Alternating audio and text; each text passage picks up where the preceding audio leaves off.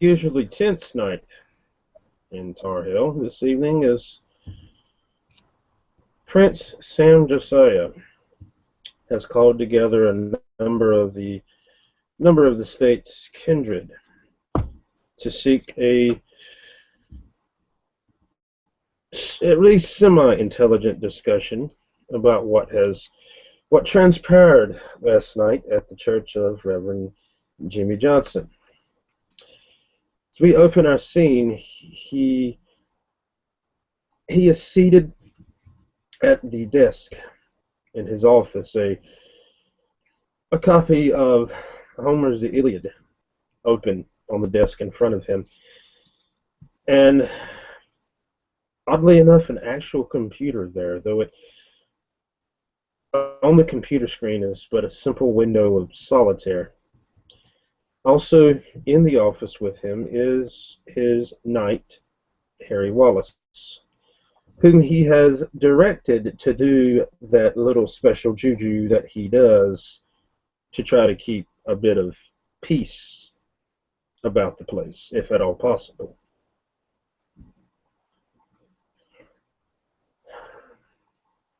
All right, Mr. Wallace, they should be getting here in the next. Hopefully, they'll be getting here in the next little while, and maybe they won't. Maybe they'll manage to not tear either we or this building apart. I understand you wanted me to do my thing. Yeah, just in the interest of maybe letting cooler heads prevail. Right. All right. Give me a second. He'll actually, he will actually reach into his chair. He's sitting there in his wheelchair. Actually, he'll actually pull out a black book with a gold cross on it and flip it open and start reading. He'll pull his hat down, and as he reads, a red glow appears beneath his hat and then slowly fades away. And he continues to read. After a couple of seconds, he looks up. I need to concentrate. Let me know if you need me. And he'll bow his head again and continue to read as he was before. Okay. Sam nods as he continues to. His eyes continually go into his wristwatch. A bit of anxiousness over him, an anxiousness that you're not accustomed to seeing.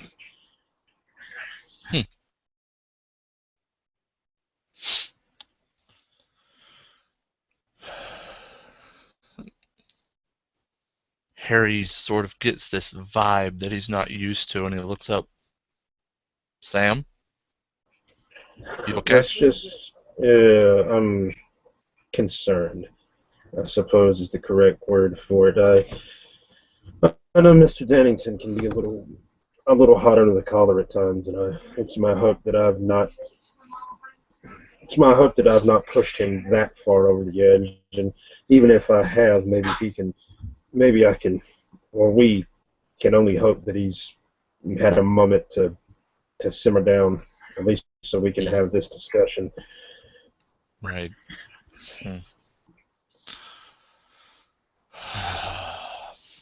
Yes, let's hope he can be a little dangerous whenever he gets hot. Which is the reason why I've prepared this. As you see, his hand goes over to the computer as he hits a couple of keys, and another window pops up. This with a apparently security cam footage of a room with a single punching bag hanging from the ceiling. Harry genuinely smiles when he sees it. Aha!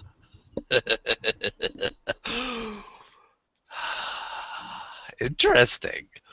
First off, I don't remember teaching you to use that. Let me guess, David. You didn't. You didn't. Okay. And smart move. I like it. Like I said, let's just hope and pray to whatever God up there is that we can make it through this night. Yeah. Hopefully, Ashleen, the trick Ashleen taught me will work, but we'll see. Want me to go look here? Yeah, All right. if Dannington is as hot as I think he will be careful. Send him my sincerest apologies for the fervor of that letter, but and Mm, hopefully that'll work. If well, you have to, tell him I'll give him a boon. I can't exactly leave the room without this trick failing, but I'll look outside the door for him. Yeah. He rolls over to the door, opens it, and looks around. So, Woodrow would have had some time last night and this morning to do some rituals. So, Mitchell, if you could do 3 rolls, well, 4 rolls. The first 3 rolls are for principal focus speeds, and the last roll is for deflection of wood and doom. All right. What's your test pool for those? 8. 8. So Yeah. 4 rolls at 8. Yep. So cancel that 1 minus, and this ritual is only a diff 5. So I got 1, 2, 3, 6, 7. 7 the first roll. My Okay. 1 doesn't cancel. Oh, that's right. Yeah. 1, 2, 3, 4, 5, 6 for your Okay. first principal, or whatever it is that you want to roll first. Yeah, I'm doing all the principal focus first.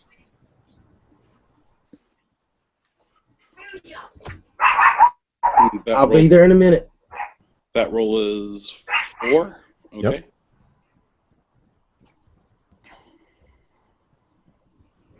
Cancel that 1 minus. And the last one is 5. So he has 15 blood beads in Pez dispenser. Awesome. And this is going to be your deflection roll. Yep. And I have a success. So that's all I need. So Woodrow goes to the place, and is it like the Prince's Mansion? Does the Reverend need to do any rolls or anything, or is he good? The Reverend doesn't have any rituals that will assist him this evening. Sure. Not that he has components for. So, I guess we'll step away for a second. It's very tense, definitely, in the car when you get in the car with Woodrow to drive down there, unless you want to drive your own vehicle. It's whatever. I'll roll with you. Okay. The Reverend is very terse. He doesn't speak a lot. He taps his fingers along the side of the car door. Whenever we brought a walking cane with him and is wearing a hat and some very dark sunglasses. Woodrow says you'll want to keep those on. I appreciate the warning.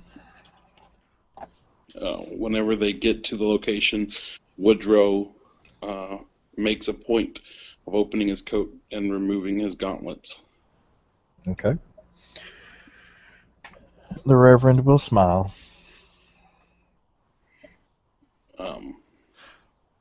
Woodrow will release a bead into his mouth and activate protean claws. And he'll spend 2 blood into strength. And he'll get 2 more beads so he stays full. And he will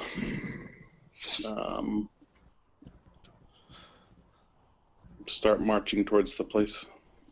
He'll spend another 2 blood on stamina. Do you require any assistance, Woodrow? No. Understood.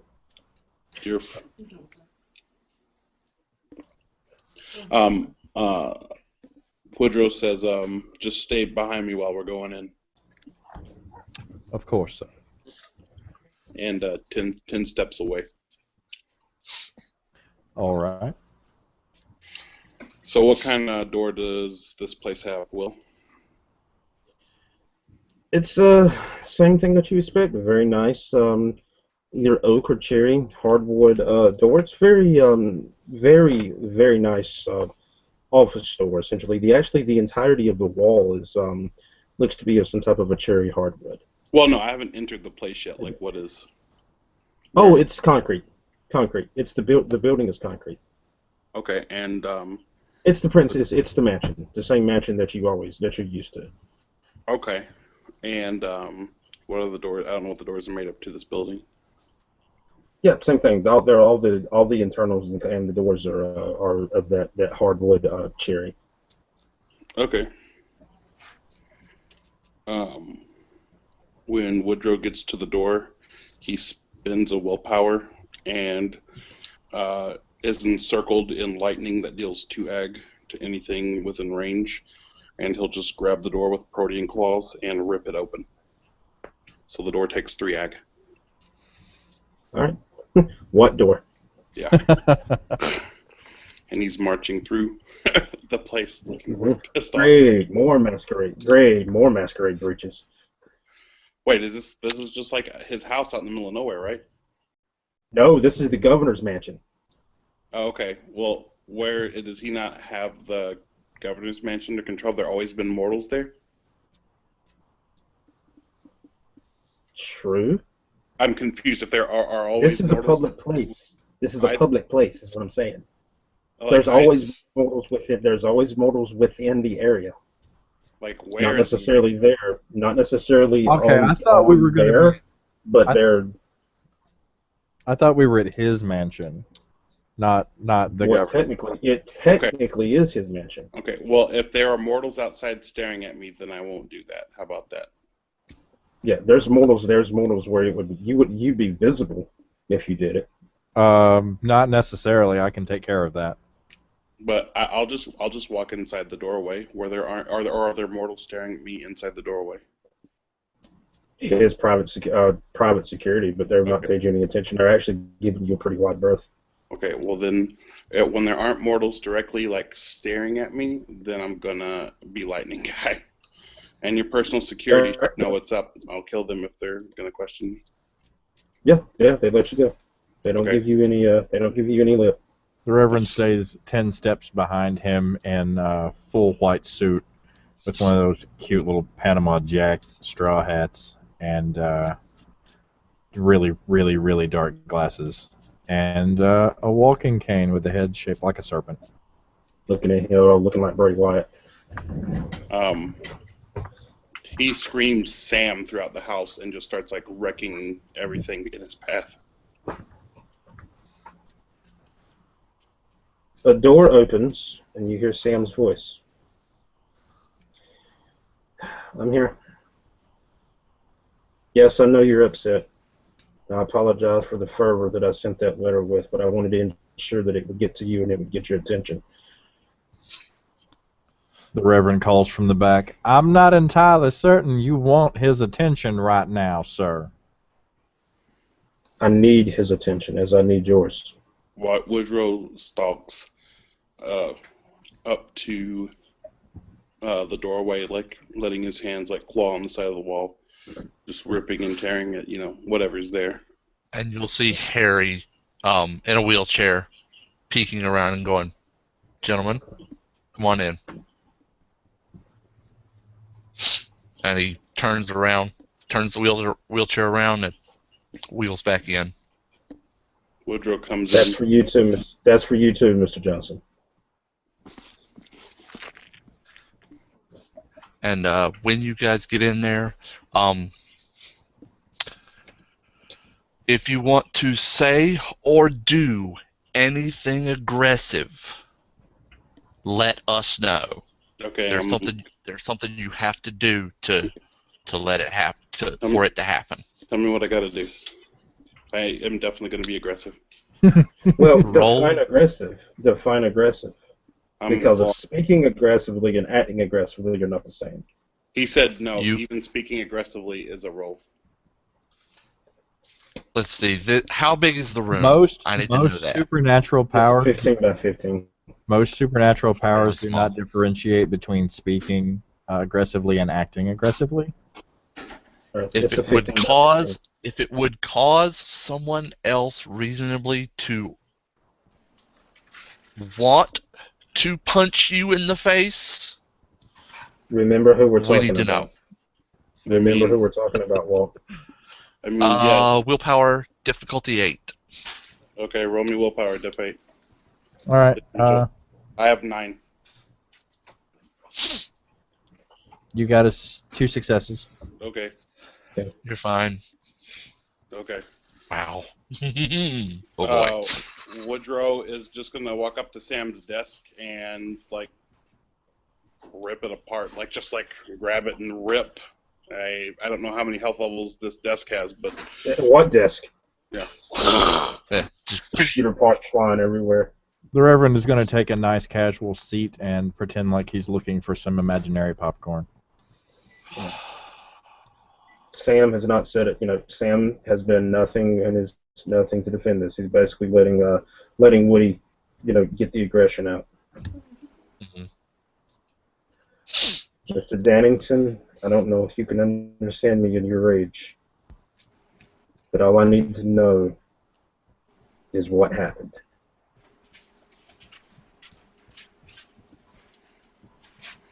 Woodrow will back away from him, and he will say, "Seems like a fair parting wish. Someone used a power on Enzo Punesca when the individual was merely spoken to in conversation. I backhanded that individual. There were no mortals around. It was in the home of the Reverend. If the Reverend has issue with me, he would have sought recompense with me. He asked us to take it outside. We did. I no further hit the individual. Would you like a moment of prayer?"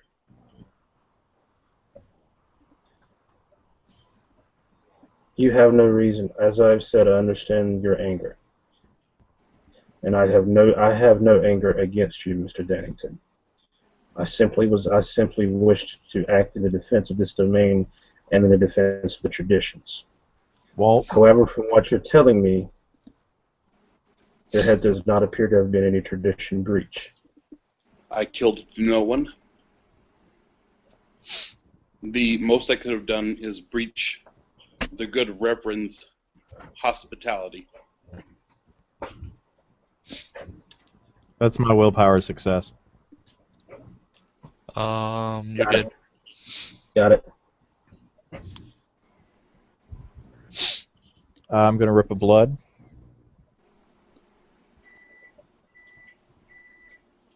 And this is next roll is difficulty 4. Okay. I'm going to hold this action, but I want to go ahead and roll it now so that I don't interrupt conversation. All right. And what action is this?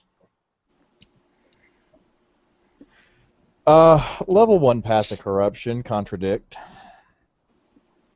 All right. Jesus Christ. Target rolls Which? perception. Oh, Sorry, shit. go ahead. I will be targeting the prince with this when it occurs.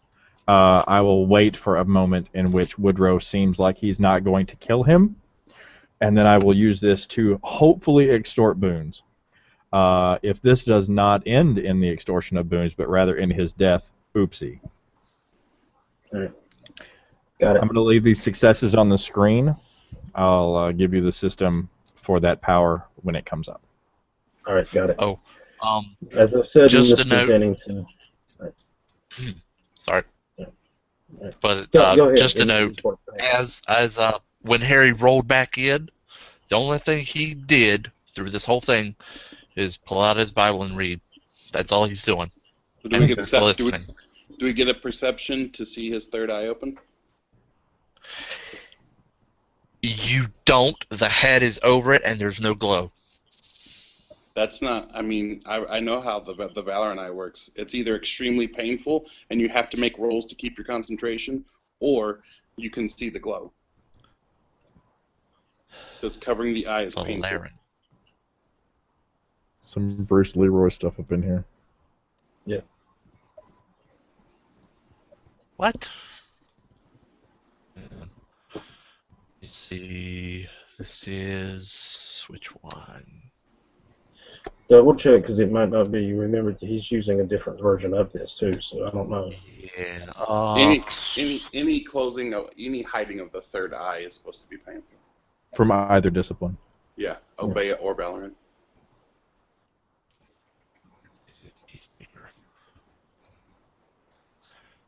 Last for as many things. So the third opens. Oh, I'm sorry.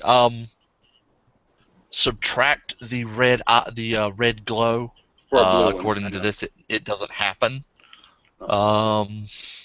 Third eye opens, but shows no light, and the power is not affected if she shatters her third eye under a hood or hat. Oh. Oh, okay. So you have to expose your eye. Has to be.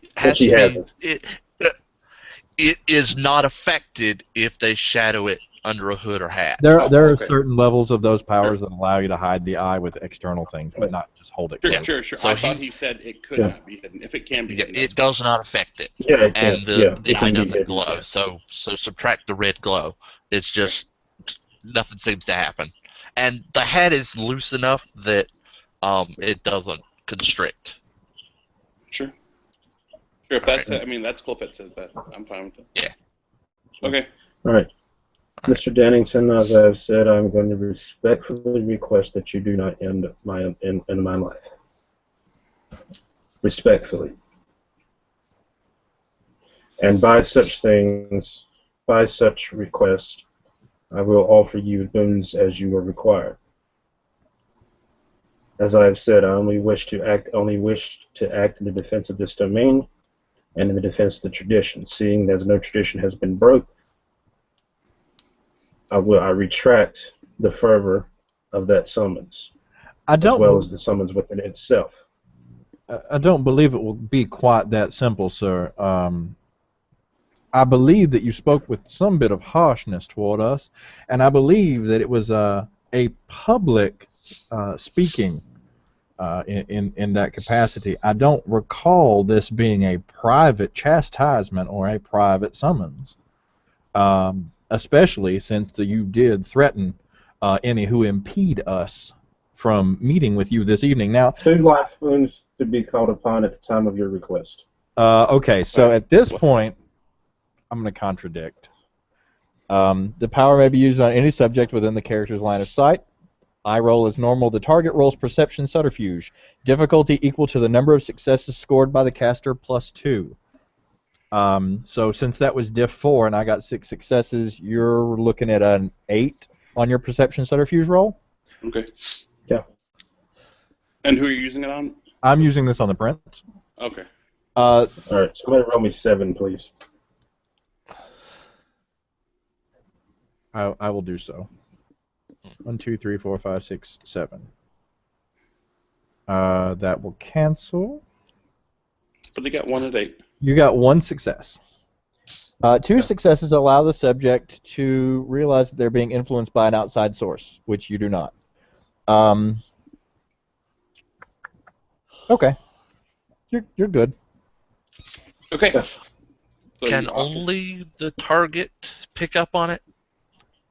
It specifically says the target rolls perception subterfuge. Okay. Yeah, and it's only the target. Only the target. All right then.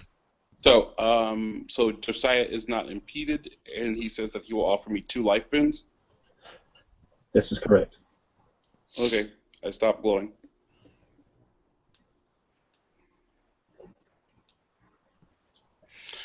Josiah, As I said, I apologize.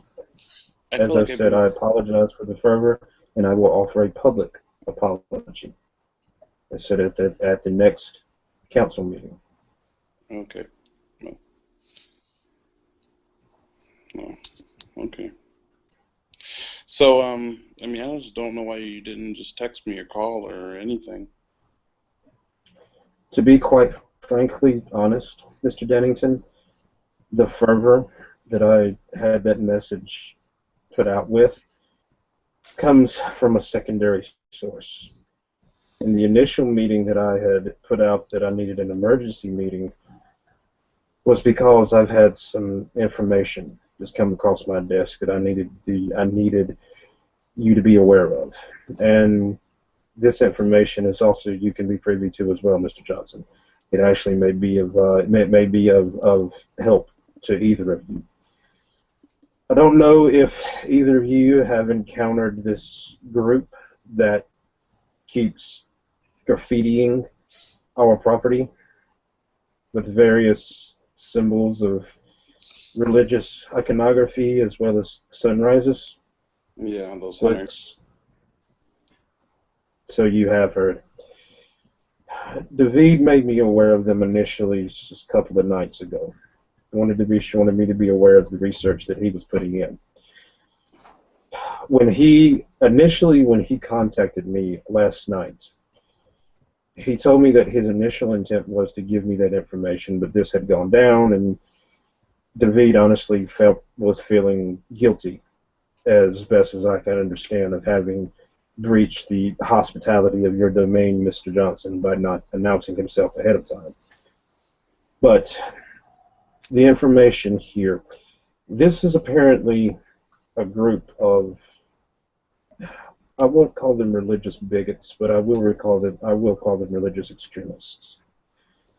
Something about an interpretation of the Bible, an extreme interpretation of the suffer a witch to live verse. They are, from what my people have told me and from what I've been able to double check with Mr. David, they are intending to wipe out every member of the night, ourselves, our furry, and he air quotes, friends over on the mountain, and any other number of, as they call them, that they call us, the supernatural beings.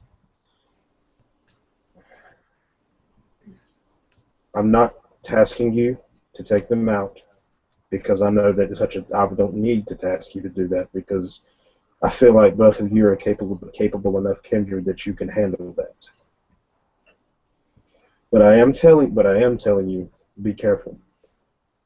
I'm sure I don't need to tell. I'm sure that I don't need to reiterate how dangerous these individuals are if they are possessing the power levels that we believe that they are. If you encounter these individuals, I would prefer for you not to engage initially. Discover where they are hiding. Attack them at their source if at all possible. Pardon the pun, Mr. Johnson, but if we can cut the head off the snake, perhaps the rest of the body can fall. He will glare icily at the prince.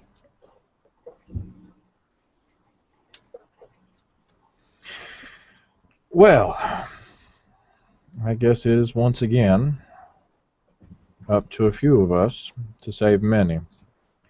Happens often, doesn't it, Mr. Dannington? Yeah, it seems like it's my job to run around in circles and put out fires. And it's something that I have not forgotten about. One would assume that a treasured member of the domain would be treated with more respect. Tell Mr. As David, rightfully they should. tell Mr. David that I'll want to see him soon. If he whipped you into such a fervor, perhaps my anger was misdirected at you and should be properly directed at someone else. I will make him aware of that, but I do feel that I need to make you aware of the fact that the right of destruction is mine alone. Yes, and with a life boon, I'm sure that you'll understand the right of destruction would be mine in this case.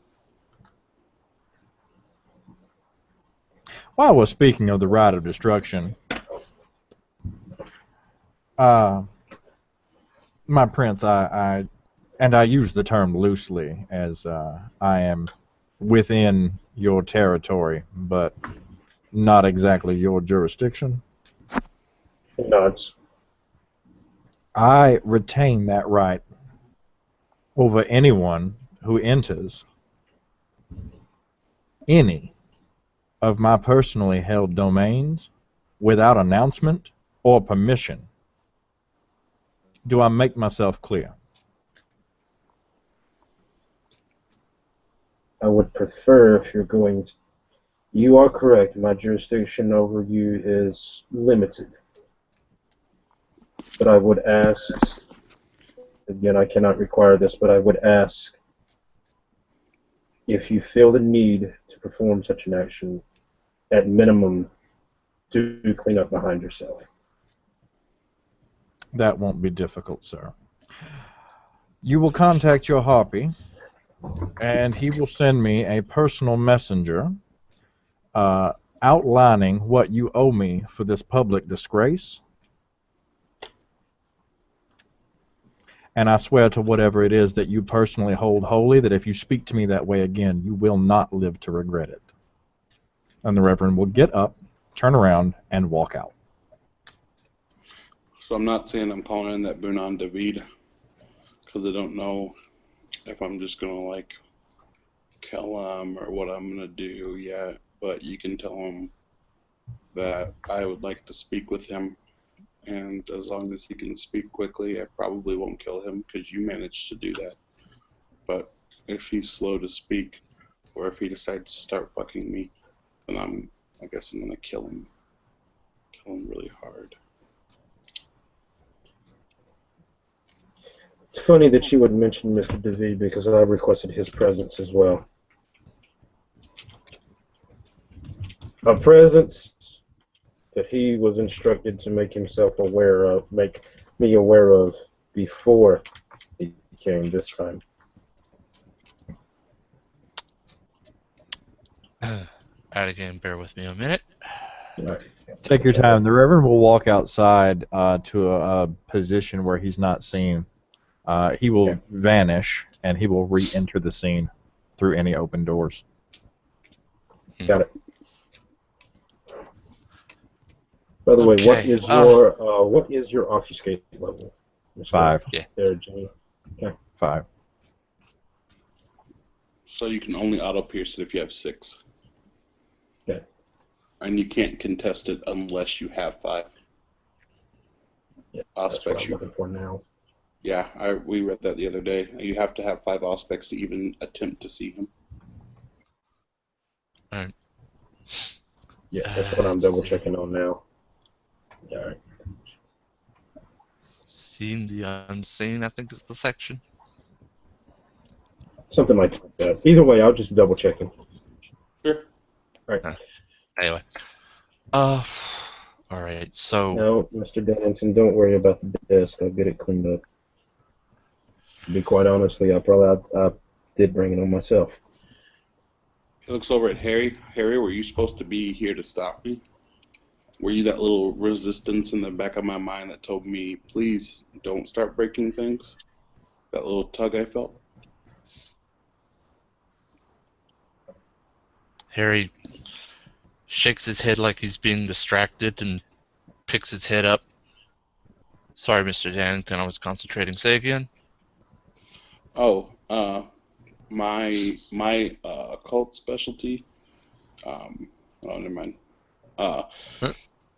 He says, oh, were you the one who was that little nagging thought in my head that I had to push through with my strength of purpose to not destroy everything in the prince? Just a stopgap.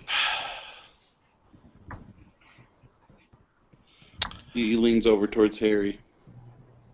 And if that didn't work, how are you going to stop me, Harry?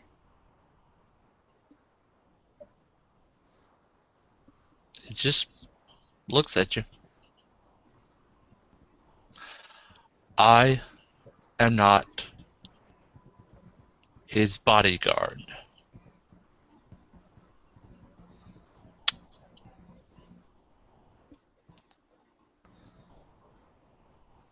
Just as hang up, buddy. I am merely here to keep the peace as best I can.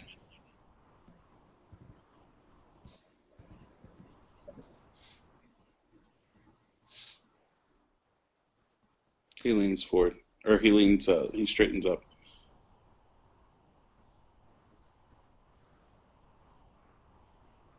I'm sure everyone in this room understands that I'm a monster that does what he's supposed to do for the domain.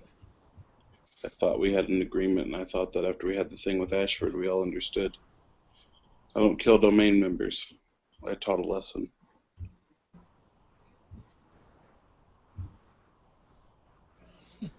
Mr. Wallace, do you My think qualm, he looks at Wallace and says, "Do you think I made an error in joining the Camarilla, Mr. Wallace?"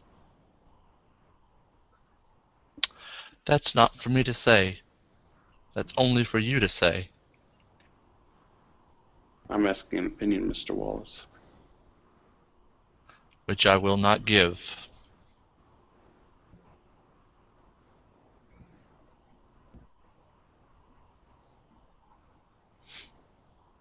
He looks back towards the prince.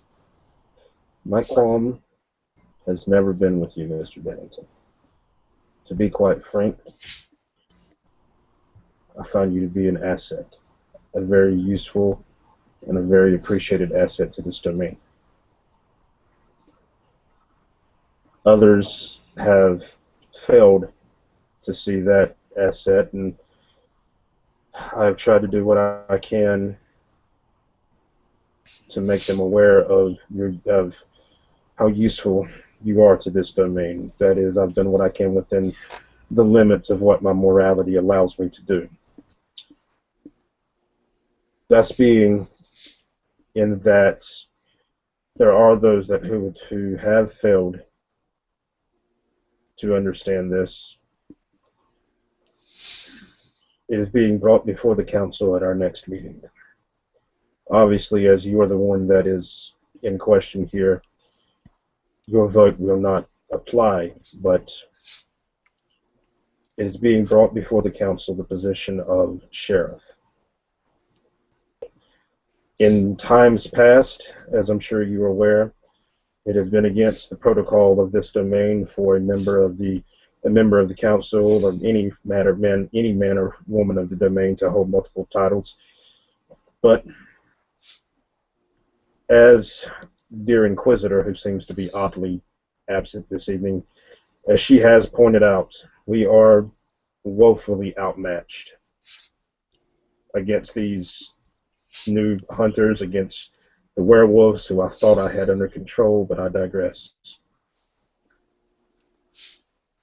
So that being said, I am bringing it before the council at our next meeting, the position of sheriff. And in that position, I will be recommending you to the chair. Woodrow will nod slightly. I'm just, are you not wanting me here when David gets here because you don't want him dead, or what? To be quite frank, Mr. Dennington, I've always been of the belief that you can handle your business. That's been painfully obvious. My concern is that David may overstep his bounds yet again. I would prefer for you not to kill him. That is, I'm sure that's obvious. But well, I'd like to be here when David gets here because I will initially start in conversation, and then if he's disrespectful, then I'll do what I have to do, and I'll use one of your boons to cover my indiscretion. But I'd like to talk to him initially, and also I would just like to say that I understand my place. You are Prince, and I have enjoyed you as Prince. And I've enjoyed you having your humanitas as Prince and being a shining example of what a Camarilla member can be. However, you, my Prince, have to understand that I am a tool. I am a power tool, in fact. And if you mishandle a power tool, you can lose limbs, fingers, or even your life.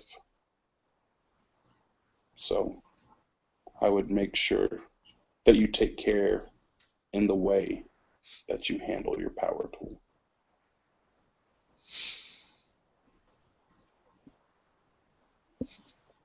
He will go and he will sit. He will put himself in the corner and sit down in the corner.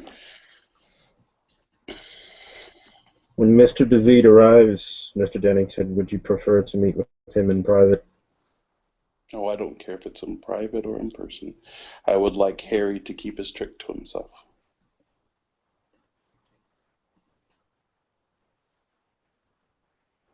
Prince nods to Harry in Harry agreement. looks up and says, "Drop it." At that point, I'm still in obfuscate, but I'll go and He's questioning, should I drop it? yeah. What he's saying. The Prince I know. nodded to him. Prince nodded to him. Okay. I'm going to go and stand where I can catch Harry's eyes if I have to break his concentration. I'm still in obfuscate, but if I need to drop it and pop Eyes of the Serpent. The clearing of the head, and that is the way that it felt. The clearing of the head from emotion is gone. Okay. You have control over your emotions now. Or rather, the emotions have a chance of controlling you. Can Is a better I way of saying it. can I now feeling it recede, could I get an occult roll, an intelligence occult roll to know what has affected me, like at a high difficulty? Because Yeah, I'm difficulty 10. injured Difficulty historian. 10. Diff 10. Difficulty 10. Yeah. Okay, Mitchell. Roll me 8. You do not get a success at a diff 10. Do you have any awareness? Yes. Would you rather try that with awareness, perception awareness? I know your pool won't be as high, but that's what awareness is basically made for. Sure. I have 6 dice. What's the difficulty on this with awareness? Same thing. Here, I'll spin the wheel. I got 2. Okay. What's the You're difficulty? yeah, 10. 10, so he's got 2 successes on it. You're at least vaguely familiar with this power.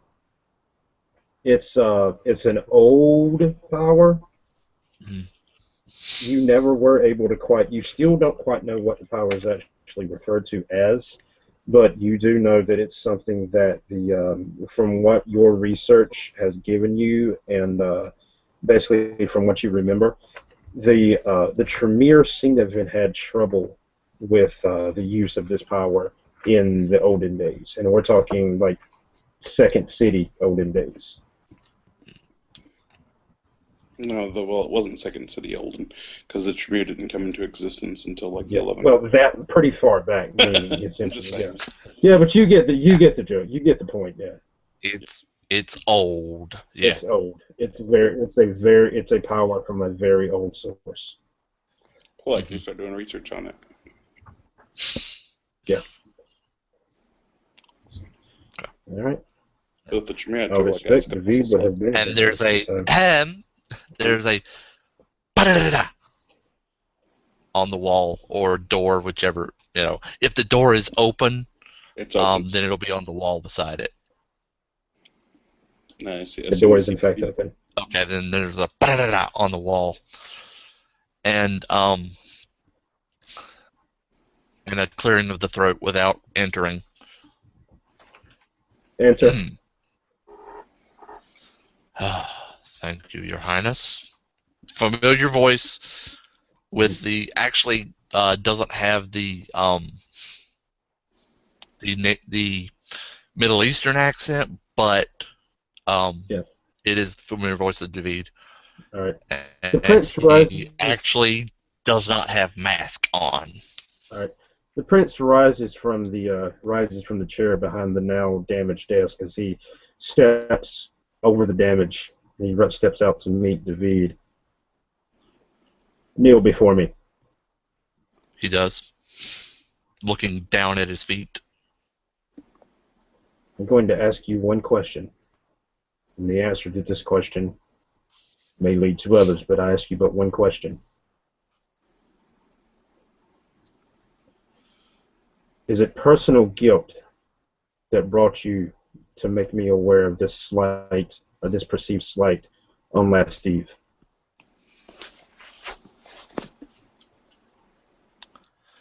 I believed that I myself offended the Reverend by entering without his permission, or acknowledging myself before entering.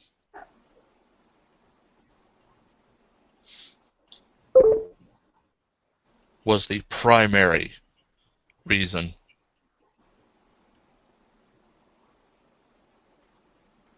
And then I foolishly assumed on others' parts, which, if permitted, I will retract, if the Reverend believes they are not true.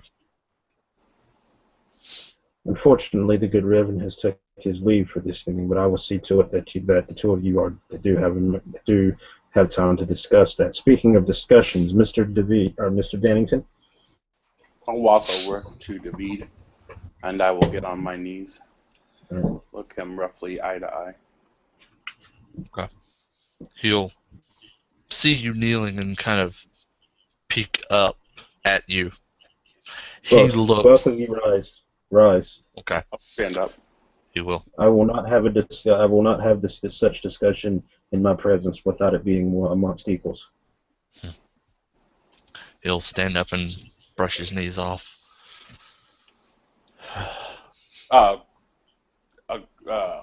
Dannington clearly has protein claws out. Okay. He's gesturing with his hands. I'm confused because I don't understand why. If you thought there would be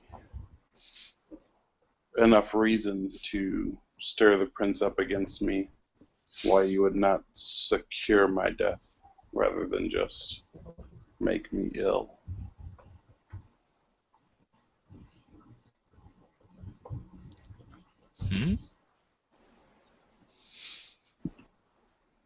He looks genuinely confused.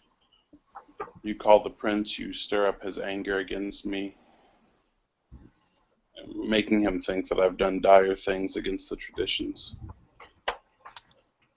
And I assume that you must want me dead to stir up his ire against me, because those who stand against me generally I eliminate. I did not stir up his ire, as you call it. I presented what I saw with as little opinion as possible.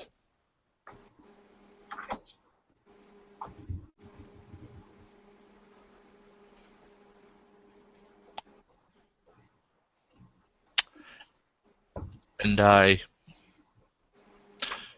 did overstep my bounds in assuming that those incidents I saw were an offense to Mr. Johnson's hospitality. Well, generally I assume that if someone has a concern they wish brought, they will do it. Especially to one as opinionated as the Reverend. He speaks his mind very clearly and concisely to any that will hear. And this I should have done, and I will do this at my next opportunity.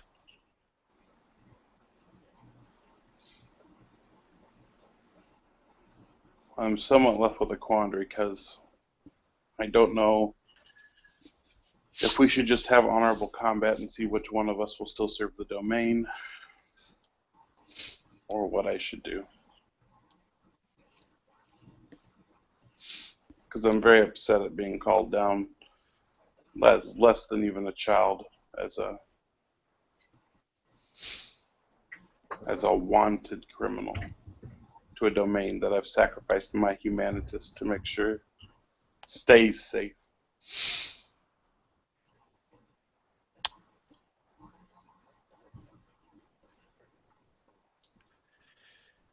Should we fight, Mr. David?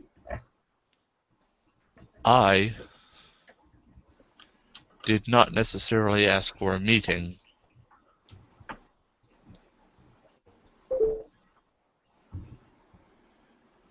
But the prince has prefer not to have bloodshed. The prince informed me that you are the foremost reason for the fervor in his writing.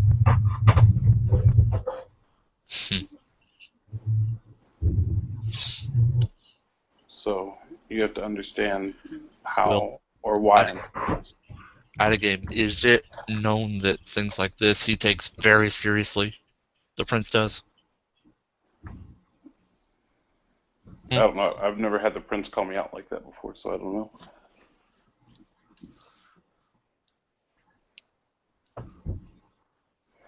Will? Will. What did I was away from keyboard, guys. I'm sorry. Oh. What was the question? Is it known that things like this do cause the prince to be very extremely serious about? It wouldn't be by only by the people that work with him the closest, which would basically be probably Biltmore and anybody that works in that office. David probably wouldn't even know. Oh, David wouldn't. He probably wouldn't know. Okay. Okay, so I'll play it this way. Right. I was unaware of how fervent the prince would be in hearing the simple facts that I gave.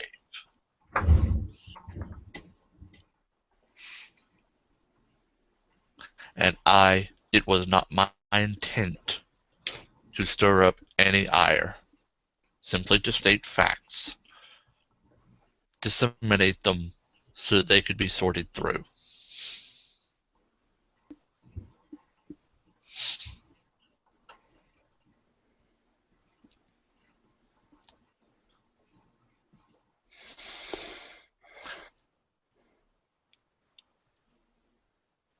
You see him flexing his fingers. Yeah. He's not looking at David. He's kind of staring off to the side. Yeah. Okay. Mr. Menashe, I Sir. have always been a proponent of your service in this domain, and you have never, in the many years that I've known you, and like you likewise me, I have yet, but this night, I have yet to have a qualm with anything that you have done or failed to do otherwise within my domain or within any other domain that I have visited. This act, however, does bring me to quandary as well. I understand and appreciate that you wish to provide us with this information, but in the future, I would recommend, before bringing this information to me, that you at minimum seek to discover its validity. Understood.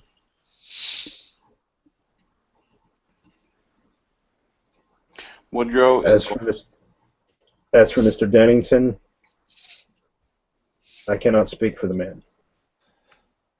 Although, as I have told Mr. Dannington before you arrived, I as well am very appreciative of the action that he has taken in defense of this domain.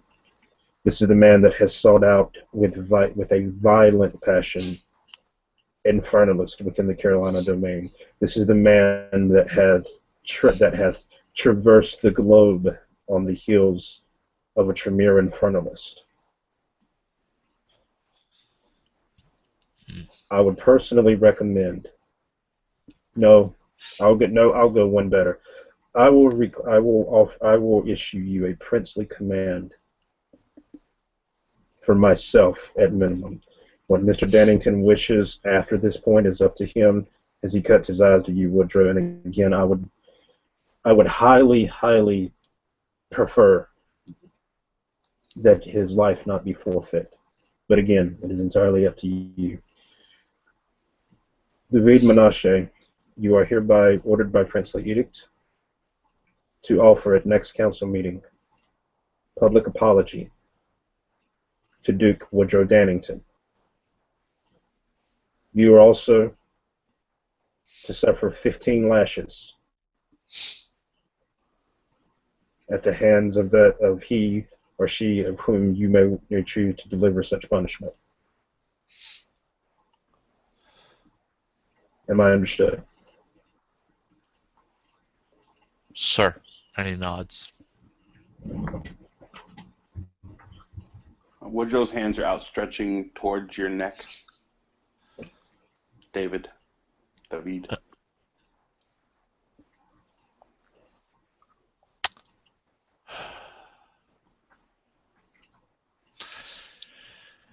David will look actually over his shoulder at the computer. Is it still on the punching bag scene? Yeah. Okay. And he'll half smirk and then look at Dannington and say, "How about a workout?" Woodrow is still attempting to put his hands On him? on you. Yeah. I don't think he would resist. Remember, this is David. He's already been, extremely apologetic. Mm-hmm. Woodrow's hands clasp behind your neck, and he pulls your face onto his, and he touches you forehead to forehead. Okay. He looks you directly in the eyes, and he says, "I have a deep abiding love for the monsters below ground, because I am the monster above ground. And for Clan Nosferatu, I am not going to take your life."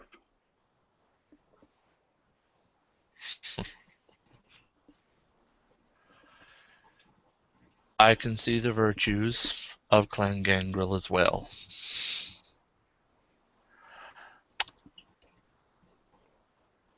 How about that workout? He'll let you go. I guess that's fine. Alright. He actually will point over your shoulder at the prince's computer. Sure, he'll look. There. On the prince's computer, there is a image of a punching bag that is hanging from the ceiling. Actually, the camera, it actually looks like a security camera feed. The camera actually starts to pan over, and as it does, you see that there are a variety of other pieces of workout equipment in the room: weight benches, kettlebells, free weights, the pretty much everything that you would expect to find in a gym of this sort.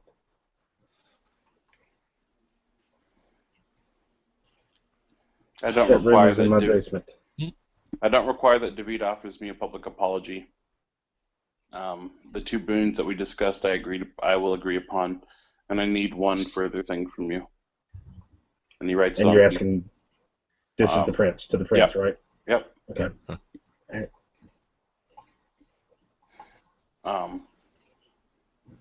He scribbles it on a piece of paper and folds it, and then hands it to the prince. He purposefully opens it away from any other person's viewing eye. Okay, it says "Right of Destruction" over Duke Terrence.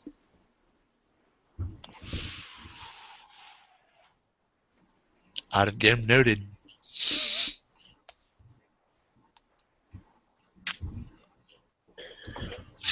The prince's hand that had been cupped, as the prince's hands had been cupped together, hiding this slip of paper.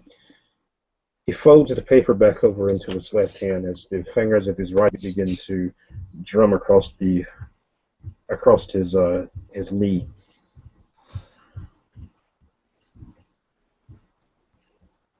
He looks at you and he says, "What would be the support? Would you have support for this action, were I to grant it?" "His sire wishes him to be gone."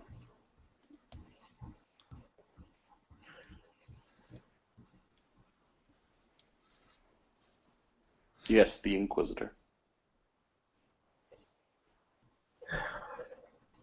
He stands walking to the window.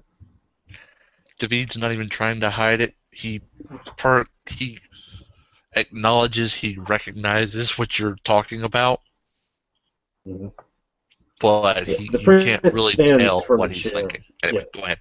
He stands from the chair, walking to the window, as he puts a single outstretched palm on onto a single pane.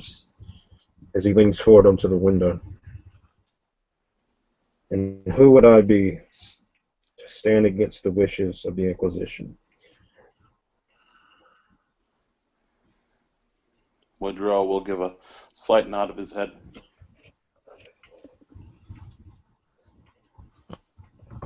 David, that work out?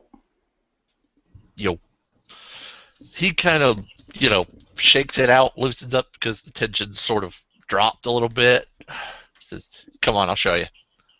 Okay, as they're Now, walking before you down. gentlemen take your exit, Yeah. I do not personally have a way to contact the Reverend, but I do have but one question for him. There is but one thing I do need.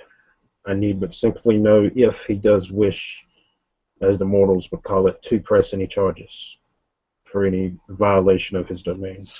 I text the Rev. It says, "Do you want to press charges?" ?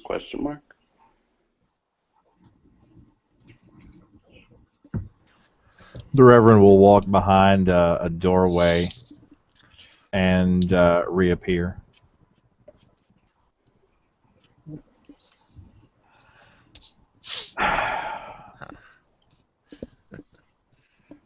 It will be public knowledge that my domains are my own to hold. For future reference, I will rule over them as I see fit. Is this understood? The Prince nodding. David's the first to say anything. I'll call you if I want to come visit. Mr. David, And sorry about last time. you and I will have a chat at another time. You are interrupting official business that crosses sectarian lines.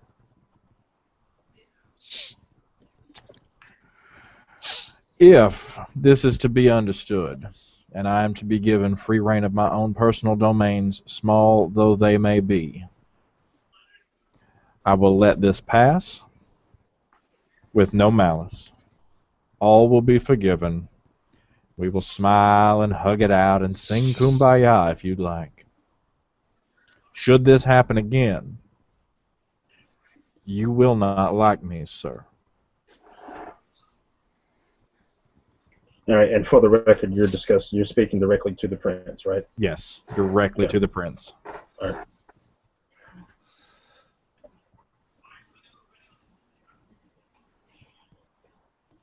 As I have been made aware, the domains that you currently hold are within the Appalachian District. Is this correct?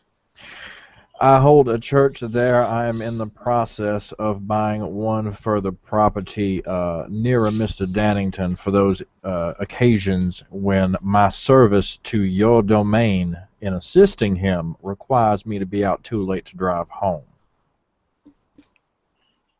Very well. I will make you an offer. This is not a counteroffer, but I would like you to consider this. In recompense for the fervor that Mr. Dannington was dealt this past eve, he has asked for the right of destruction upon Duke Oliver Terrence, a gentleman that I know you have had some trouble with in the past. Indeed, sir. There will be a chair on the council that will be open.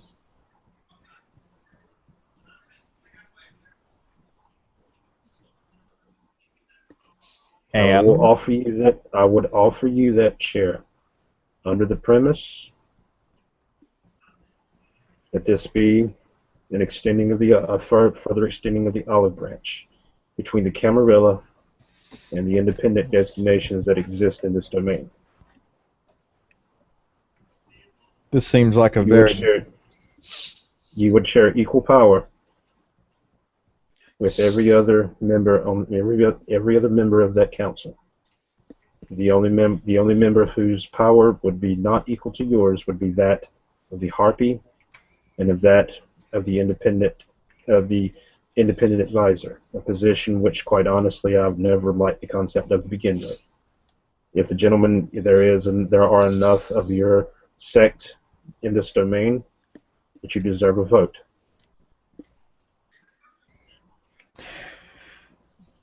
Isn't Enzo already independent advisor? Yeah, Enzo already is, but that's what he's getting at. And out of game, note what he's saying. Out of game is he's never liked the fact that Enzo didn't have a vote. So you're suggesting that you make Mr. Johnson a full-fledged Duke, and then you would do the same to Enzo, or do away with his position? In doing away with this independent advisory, Mr. Putanesca would be granted right of dukedom within this domain. For some time, I have been needing an additional knight.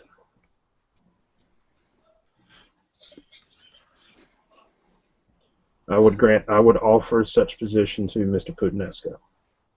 And as in doing so, again, his rank would be no higher or no lower than that of yours, Mr. Johnson, or yours, Mr. Dannington. He would simply serve as a personal advisor, much as Mr. Wallace does. I will say this one thing, my prince. And one thing to the Reverend. Reverend, if you accept this dukedom, you lose a certain amount of that autonomy, because you will become not necessarily a Camarilla member, but an advisor to the prince, and therefore more under the sway that holds. And the second thing, and the thing that I say to you, my prince, is that you are offering to give him a position that is a vote amongst the dukes. This is our decision to make, and yours to decide in the case of a tie. So, if you plan to pull what favors necessary to get it done, then that's one thing. But just realize you're asking him something that you do not have full authority to give. And then he... Oh, I'm quite aware of the fact that the council would need to vote on it, and to be quite honest, I believe the council would support it. Perhaps. There is but one whose vote I would question. Day? The prince nods. I will, of course, need to discuss this with my advisor. You understand, sir? Indeed. But perhaps we could come to an agreement that would maintain the stability of the greater domain, while, of course, at the same time allowing me greater self-governance than perhaps might otherwise be afforded by virtue of my non-membership in your sect.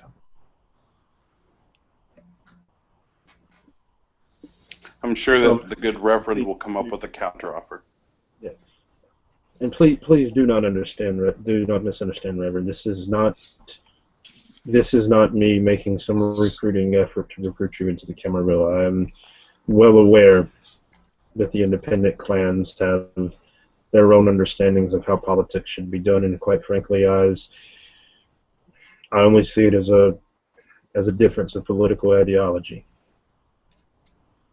Let's be honest, we all have the same enemies. We all seek the same things. Well, most of us anyway.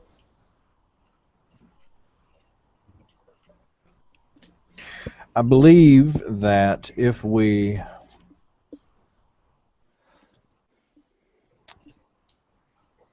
were to take this position, how would you feel about a semi-autonomous domain that is in allegiance with your own?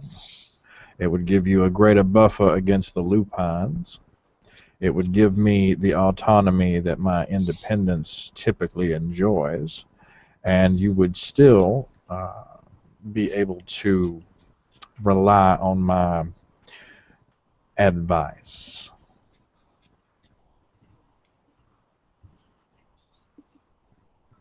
Provided that you would seek counsel with myself before you wished to expand that domain any further.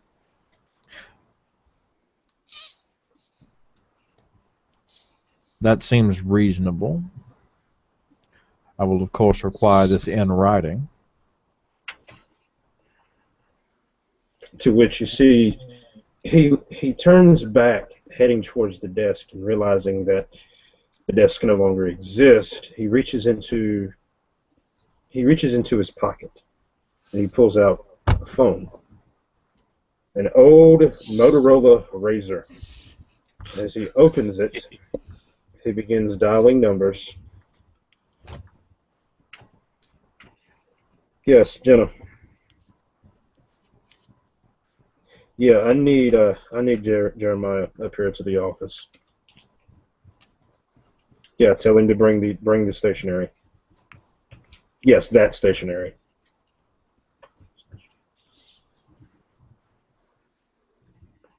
And you see he closes the phone, slipping it back into his pocket.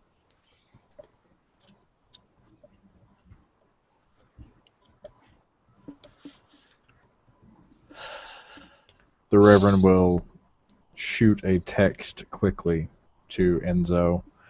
He's not currently in this scene, but he will get that at a later time. That we need to discuss something. Harry actually rolls up behind, like toward the group and says, "May I make a request?" You know, he's still in his wheelchair and he looks up at all of you, who are all standing at least a head above him. He'll turn and say yes. Reverend, if you get it, I only ask that I can come through to make sure that the wolves aren't getting uppity. If I can piggyback off of that, Mr. Johnson, Mr. Wallace has been a envoy of such to the Lupines since my I'm aware reign, I guess in as they call it. That's the only reason he asks. in my every dealing with them, he has been in the back of the room. I am well aware of what he is asking. I do not see that it should be a problem, since it is your peace with them. And their domain begins where mine ends, as far as I am concerned. I want no quarrel with them. As I would expect such. Woodrow's claws retract. Okay. And since I've got two characters running, I'll just drop the picture. Yeah, you're about to have 3. Oh, I will start walking towards wherever the basement is. I don't know where it is. I just start walking. Right. Not the way I came in, since I wrecked everything that way. Yeah. Probably a different direction. Mr. Dennington, back down the stairs. End of the hallway, you'll find another set of spiral staircases. Take that. All right, thanks. so this is to go for that workout, or Yeah. is that where you're headed? Yeah. Okay. Yeah. David is like right behind you, and he Okay. actually overtakes you, and he knows where he's going. Yeah. So while we're walking in the hallway, once we get to that spiral staircase down, I whispered to David that Clan Nosferatu has sat without representation for some time, and they will be giving Mr. Johnson, or it will be arranged that Mr. Johnson will get a part of the land, as he does not want all of the land. And I'm sure that we can arrange something so that perhaps your clan has representation.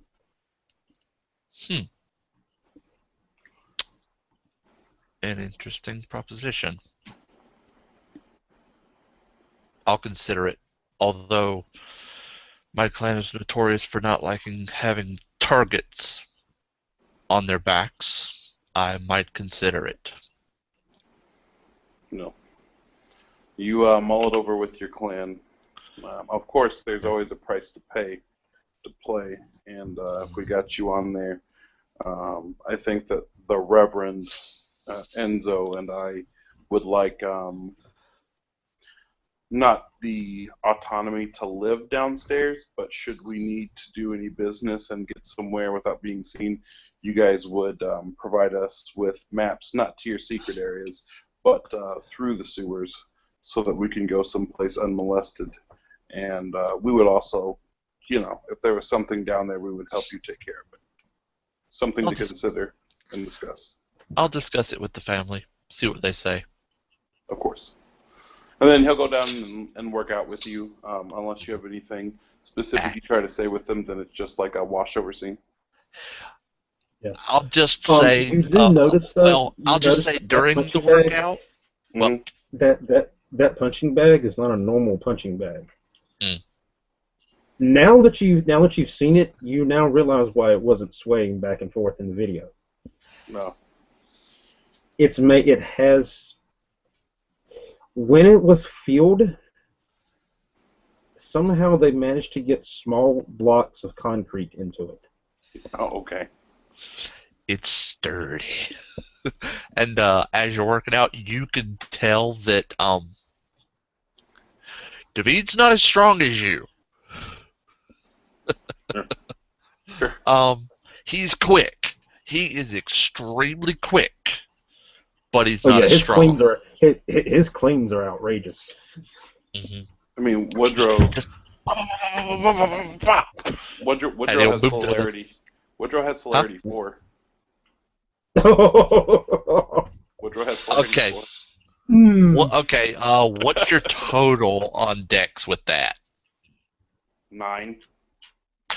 Oh dang. Let me see. Yeah. I think he might beat you, Walt. You've got him beat by a little bit. Yeah. And he's quick, but he's not as quick as you. And with this scene, I know I was going into the scene, so I buffed my Dex to 6, so it's actually for this scene 10. Yeah. Yeah. Yeah, you've got to beat by a fair amount. Fair amount. Jesus, there's smoke coming off of the weight bar. And as he's practicing, he's looking over at you like, yeah, I need to practice more. And he just keeps going. Right. Woodrow kind of says, when I think about killing someone, it's never in jest. I've not met anyone that I couldn't kill. Mm. Glad you chose not to kill me tonight. And he goes back, boom, boom, boom, boom, to working it. Same. Yeah. All right. Meanwhile, back up in the office, another knock is heard on the side of the door as Josiah ushers his child in. The lady that those of you that have met Jenna recognize her. Those that haven't, she's a about middle-aged woman, maybe about late 40s, hair up in a bun. Actually doesn't look too unappealing for her age. She wears a single ankh around her neck, and she is carrying behind Josiah a very ornate box. A box that looks to be actually either bronze or gold inlaid into the design. A design that actually is an ankh similar to what she's wearing, but that ankh actually has a red vine that is inlaid within the ankh. The ankh itself being what looks to be a black onyx. Cool. As in keeping with the domain of North Carolina, formerly the Carolina Domain, let it be so written upon the rituals that this domain has come to be known for.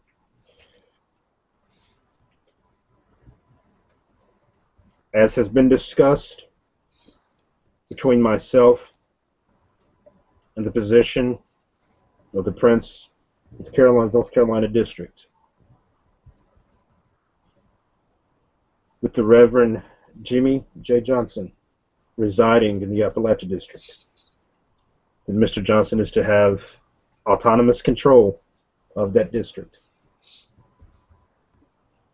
Basically, yada yada yada. He goes on to tell everything that you went through, and he ushers his childer to open that box. As he does, inside of it, like I said, the box is about yay big. Okay. As he opens the box, what you find inside of it is a single black feathered quill. Okay. And a pad of parchment. And we're talking actual parchment, not paper. Cool. He retrieves both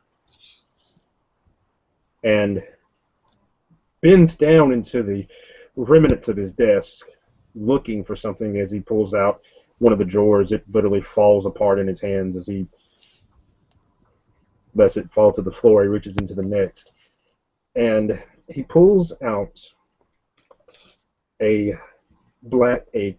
inkwell that is about a quarter full. As he does, you see that ink begins to spill slightly over the carpet as he grimaces. Please, Miss Jenna, can you get someone to clean that up? She nods. And he begins to put to parchment everything that the two of you had discussed. All right. Also, something that you had not seen in this small box, he retrieves. It appears to be a small knife, almost athame-like, if you're familiar with what that is. Yeah. He opens his palm, and taking the athame, he slices across it. All right. As he, taking a cloth in that same box, he wipes and cleans the athame. Okay. And he turns it to you, handle first, with a similar cloth. The Reverend will grip that, slice himself right here on the palm, and then avail himself of the cloth before handing it back over, handle first. Yeah. As the Prince nods to Biltmore, replacing the components of the box that needed to be replaced was replaced. You see, he lets the blood in his palm flow down to his forefinger and index finger. Okay. And as he does, he simply places it onto the parchment, squeezing down, and rolls his fingers to the left and then to the right. All right. Under it, he signs his name. I'm going to. Would it be perception alertness or intelligence occult to try to see if I'm going to get the supernatural shaft on this? Like I've already, like we've discussed, I've read Honestly, it could be a politics roll too if you got that. I don't, oddly enough. I thought about taking it, but I didn't. Okay. But yeah, I'll tell you straight up. It's obvious. It's the only thing. It's just pomp and circumstance. That's really all it is. All right. Yeah. The Reverend will do the same, and he'll sign his name under it, his full actual name. You also notice though that the name, as you're signing yours, you happen to catch out of your peripheral what Sam signed as. Sam has signed his full name. Rather than T, he has signed in the place of the T the name Thurston. Okay.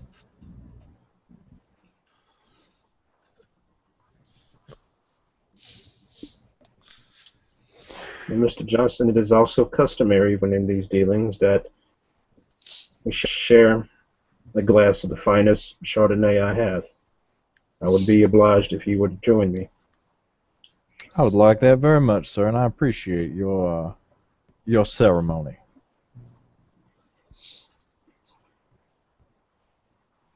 And he will go along with. Yeah. So that pretty much takes place. It's about this time. Enzo would be arriving at the prince's mansion, and also for those that matter, the prince's mansion and the governor's mansion are the same thing, but it's referred. But the kindred society usually just referred to it as the prince's mansion. So,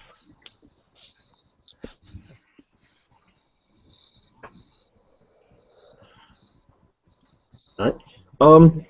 Relatively uneventful night so far, Jake. Like I said, you did get a text from the Reverend, which I don't know if he actually sent that to you IRL or not, but he most basically certainly got a did text because we're not friends. I haven't sent it to him yet. All think right. some, Well, let's go over it real quick with him.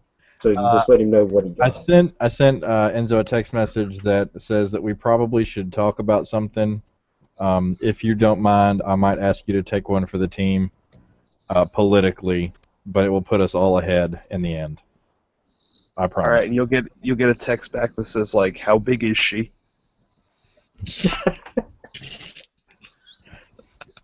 No, not like that.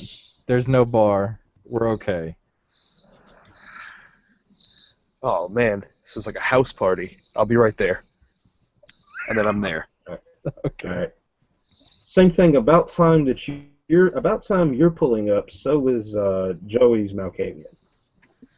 Oh joy. Though he enters the mansion from the other side of the mansion. And for those that are not familiar, the prince's mansion does have a north and a south door. Oh no. All right. As you step inside there, Enzo, the place has been wrecked. I mean, there's scratches across the walls. There's a metal detector that's busted in half. There's an old lady that's sitting there as tears flowed down her face as she looks up at you. He just came in out of nowhere and he just started to take some shit up and I don't know what happened, man. Please. Can someone make sense of this, please? Listen, lady. I need you to do two things. First thing, I need you to calm down. Second thing, you need to open that door while simultaneously getting me a fucking Pepsi. Okay.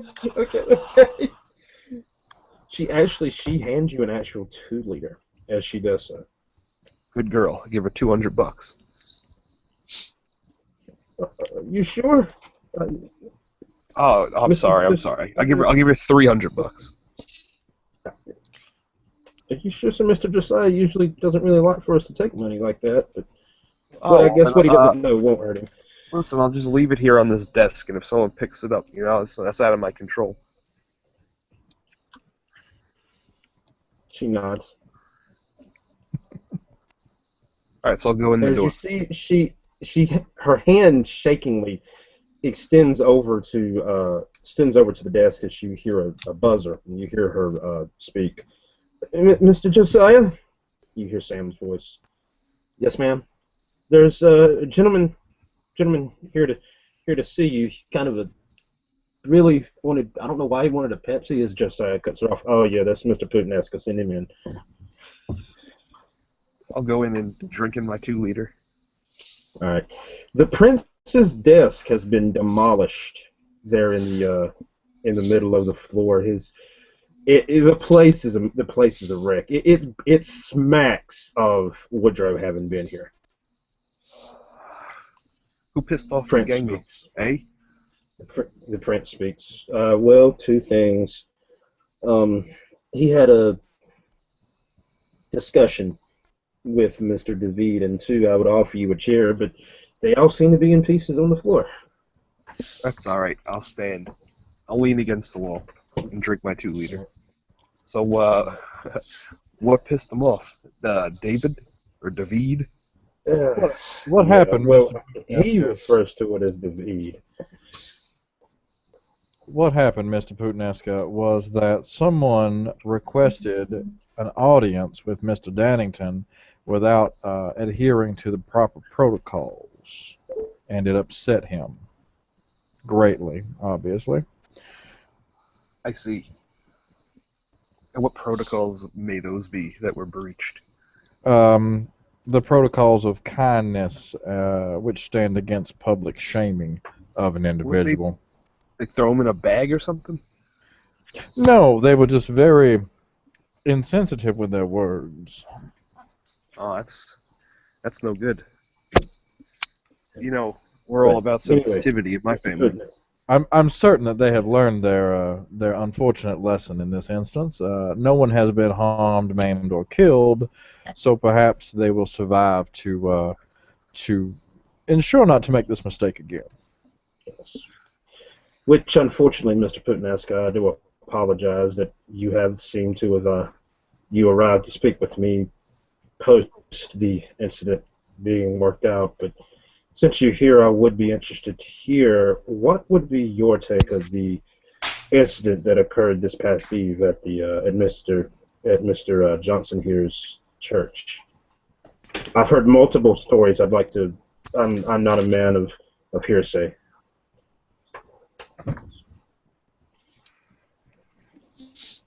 Right. Well, from what I recall, which is pretty much all of it, there was a disagreement over whether or not the Reverend's abode counted as an Elysium, and there was some confusion about the use of disciplines within said church of my Christian friend here. It affected all of us, because what's bad for the goose, And my buddy, while I was in an altered state, decided it would be a good idea to defend me. And you know what? I fucking commend him for it, because if someone was to, use their crazy mind magic on Woody, I'd fucking punch him right in the dick. Not with thunder, but, real hard. Thunder, you say? Now, this part I had not heard. Oh, yeah, he fucking thunder punched him. Big time. Huh. Yeah, I feel bad for the poor gentleman that he struck. Speaking of which, he should be here this evening, too. Oh, good. I wanted to have a couple words with him. In the parking lot. With the lead pipe. Yeah, Mr. Putineska, I'd prefer you not to. I know. So far we've managed to not have any bloodshed this evening. I'd really prefer to keep it that way. I mean, it's mostly bruises, like contusions. It's just like internal bleeding. Are we prevented against that? I do believe that we owe Mr. Putineska a conversation, however. Oh boy. Indeed we do. Indeed we do. Again, I apologize for the lack of chairs. This should be done formally, but now, Enzo, before he starts talking, the vote will come before the council. Before he starts talking, Enzo, one of the things that I would like to express to you is that this is not a bad thing, but it was also not my idea. I am not the one that proposed it. Please do continue. Mr. Dennington has sought from me, and I have given it, the right of amaranth over soon-to-be former Duke Terrence. Oh, in his, as the prince puts up a hand, there's reason that I may not be at liberty to discuss. I'll have to check with my people, but anyway, I thought in the absence of that, with that chair being absent, I have offered that chair to Mr. Johnson, and we are in talks to have him take over that chair. The council will have to vote on this, but I do not foresee this not passing. The only problem I see will be Duke Day, but I'm quite sure that he will that Duke Day will not be an issue. Now, with that being said, this is, I believe, what Mr. Johnson is referring to. I'm going to be perfectly frank with you, Mr. Putneska. I have never been a fan of the position that you hold at this moment. I felt that it was contrived on the spur of the moment and not well thought out. That being said, I would offer you a removal from that position and a promotion of sorts to one higher. You are familiar with Mr. Harry Wallace, the gentleman who handles a number of my day-to-day affairs here, correct? Yeah. At which point he clears his throat and nods at you, holding his hat. Yeah. Mr. Wallace is what we refer to as a ducal knight of this state. For some time, I have been needing a second. The job is demanding, to say the least, on one individual. So I would offer you that position. The only details of that position basically would be that you would have the right, and quite honestly would be charged with the right of maintaining not only peace within the domain, but a peace within the entirety of the state. How you would go about that peace would be entirely up to you. Of course, I would greatly prefer that you not shed blood, if at all possible, but it's a prestigious position, one that carries a great amount of respect amongst the fellow kindred of the state here, and quite honestly, one that carries respect amongst the Camarilla as well as the independent clans, as I've been told anyway. Did you catch all that, sir? You talking to me? Yes. Yeah. I'm just. Audie, it sounds like he's trying to take away the voice of the independents and replace it with making me some kind of cop. I think basically what he's asking you to do is exactly the same job that you do now, only you get a cool title and a few more. I don't want to call them discrepancies. A little more leeway for the same job that you do currently, while still giving the independence of voice in a different fashion. Hey, That is I don't exactly really what give I'm a shit. asking of you. My organization obviously comes first, but if you're just asking me to continue doing what I'm doing, we got a good relationship going. I wasn't going to stop in the first place. You want to give me some more shit for the job? Hey, fucking hey. Oh, I also get a failed to badge? mention. I want a badge. I'll do you one better, Mr. Putneska. How about a check? I mean, I got checks. I don't got a lot of badges. We could buy you a plant, Mr. Putneska, with which to make a badge. You could have all the badges you want. I don't want to produce my own badge. I want to be presented with a badge. You know what? Fuck it. I'll make my own badges. No, that's quite okay. If you desire a badge, we'll see to it. I'll see to it that you get a badge. Why do I gotta ask fucking 3 times? I asked you the first time. You could have just said that the first time. Why you gotta ask you so many times? It's just it's a very unique request, is all. I've never had to do it before. Harry Yeah, I'm pipes, fucking sitting here drinking a goddamn 2-liter of Pepsi. What the fuck you talking about? Harry Strange pipes up requests. and says, Shut up, Harry. I ain't I'll see finished if- talking. I'll see if my metal workers can put together one. How are you going to... Don't you people have sheriffs? I don't get a gold badge. I gotta have some fucking pig iron badge from some factory with some schmoes. What is Polacks making that shit? I don't want no Polish pig iron badge. I want a fucking Italian made. I'll see to it. We will see to it, Mr. Putneska, as you request. All right, you know what? Fuck it. Give me that check too. The badge should also have his name on it. I mean, the check. Of course it should have my name on it. I'm gonna wear with a badge with no name on it. That ain't a badge. Get that out of Of fucking. course, it'll have his name on it. I'm just helping you cover your bases, Mr. Putneska. I didn't want to get thanks. delighted. Who's on first? What's on second?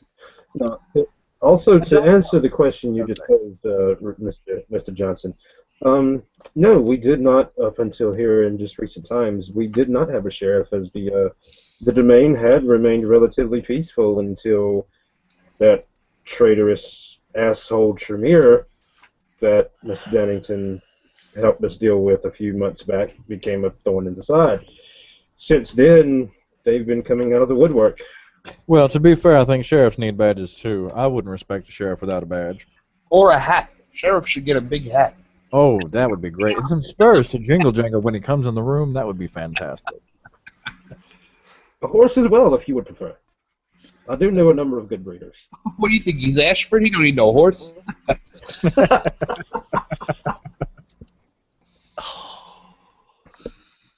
Or a horse, or I mean, if you would prefer, I can provide you with a police cruiser. All right, but I want the one from the Blues Brothers. That's a good choice. Can do. Yeah. Can do. It's like a 1978 fucking Dodge, what do you call it? Something with an M. I forget. As we cut scene over to the other side of the governor's mansion, where Mr. Bouchard is making his entrance, having stepped through the metal detectors, and I don't know if he's carrying any weapons or not. I don't think he is, but either way, having made his interest in being Sam's buzzer going off again. My apologies, Mr. Putineska, Mr. Johnson. I do need to see to that. Yes, what is it? So, gentlemen here to see you, and Mr. As the lady leans over towards you. What's your name, sir? Bouchard. Mr. Bouchard here to see you, sir. The prince responds, "Oh yes, send him right up. Immediately. With haste. Without delay. Now." Thank you.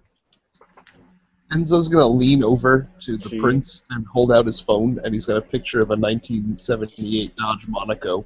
It's that one. This is what I'm talking about. The prince putting up a thumb.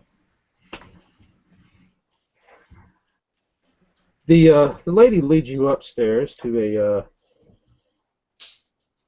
what should be an ornate office, but it's been ransacked quite heavily. Something hit this place like a Cat 5 hurricane.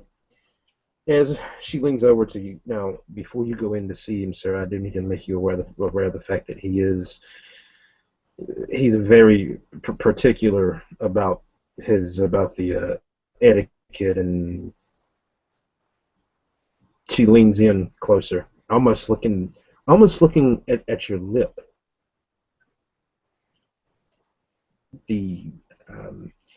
What's the word he told me to use for it? The rules of his people. Unfortunately, that's what he told me. He just kind of grins and nods. Don't worry, I know them very well. She leaves you to see about your business. Okay.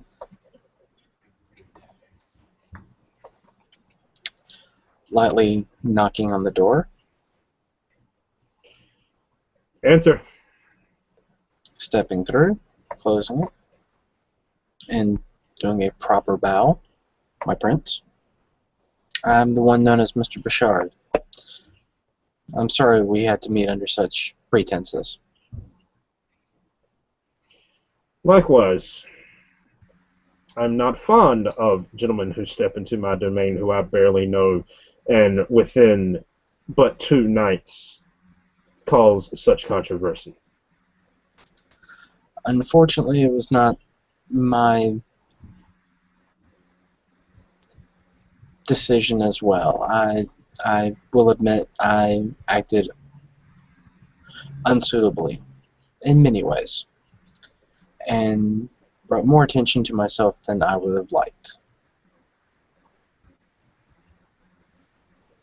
As would I.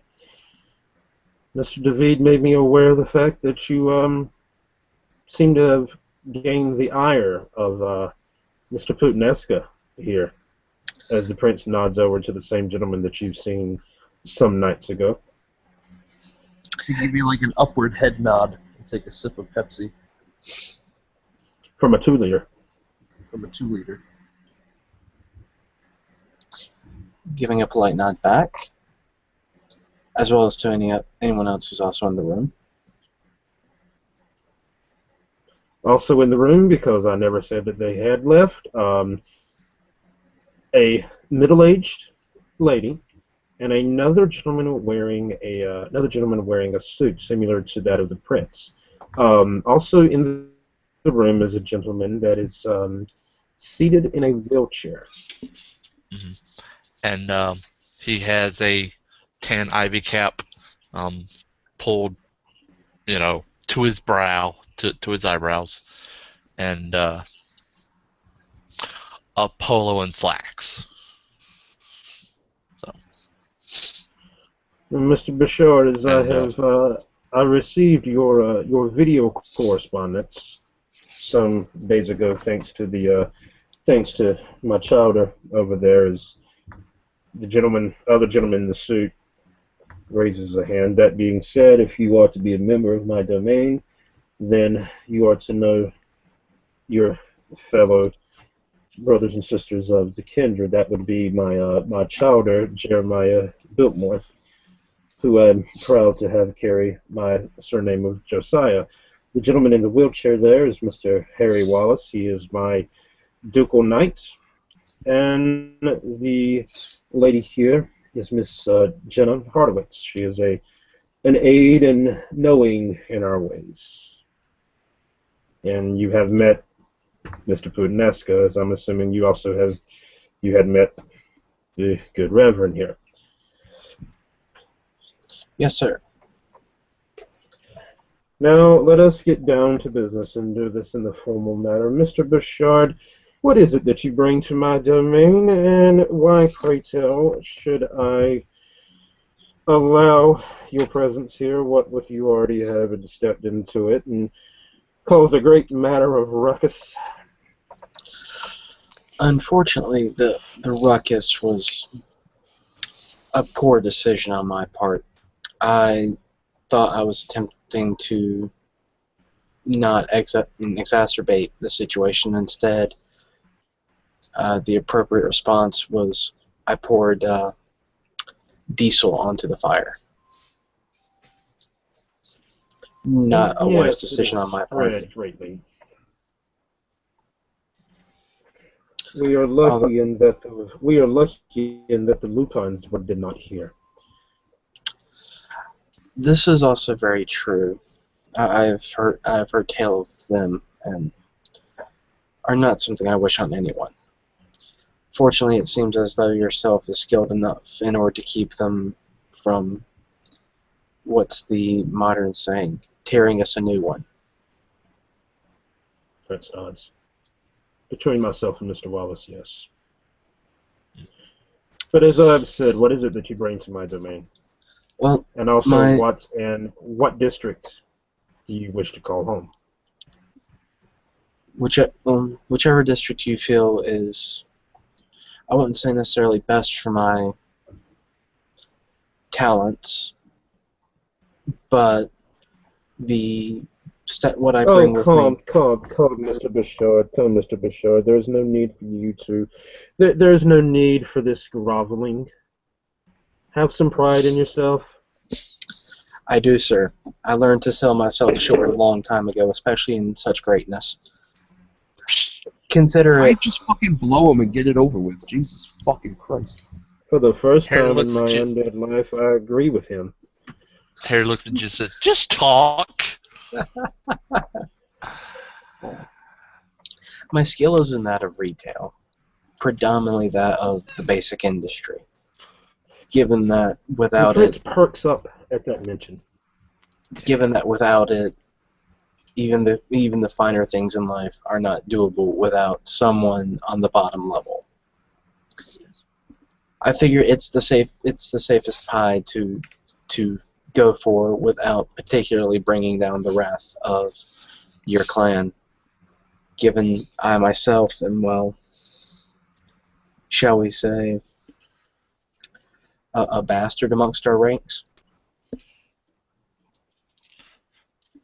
Harry A looks at you bastard, and you says, say? And in what? you don't know who your and daddy in, is. I met the man. He never really had a chance to tell me completely what I am before he died. Mm. Great. A fucking Autarchus.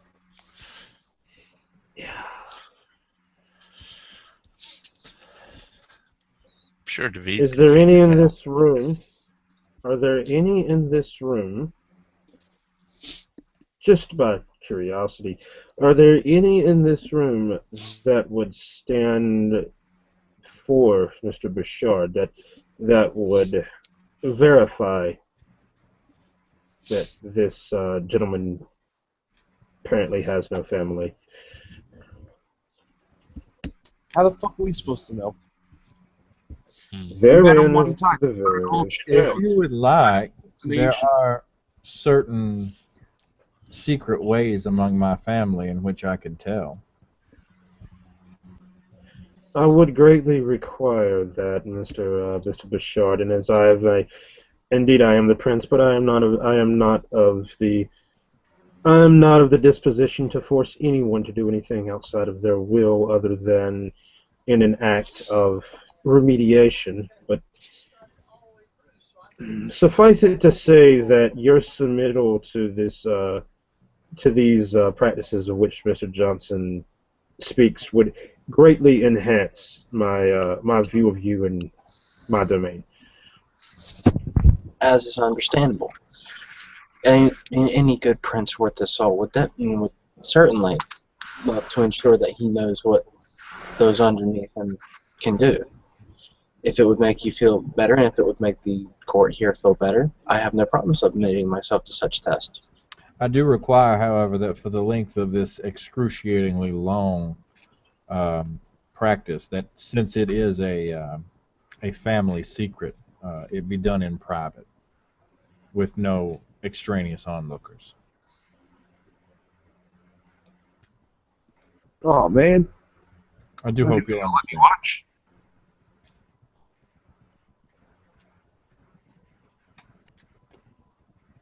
Mr. Pudneska, I was not aware that you were what is it that Mr. Levitolia refers to it as? Some V word that he keeps using. Harry Voyeur? Oh yeah, Harry was about to say it, but Some of those kind of movies, you know. let it slide. Oh, interesting. I do really need to, as they get with the times, as they say. But do continue, Mr. Bouchard. Now, I have asked all the gentlemen that were involved in the incident this past eve for their particulars about what has occurred. As I've said, I am not a man of hearsay. As you see it, Mr. Bouchard, and please do not grovel unto me. I put the leg of my pants on one leg at a time, just like you do. But do enlighten me. How do you see the events of this past eve having transgressed? Well, I shall be as honest as I can. Quite simply,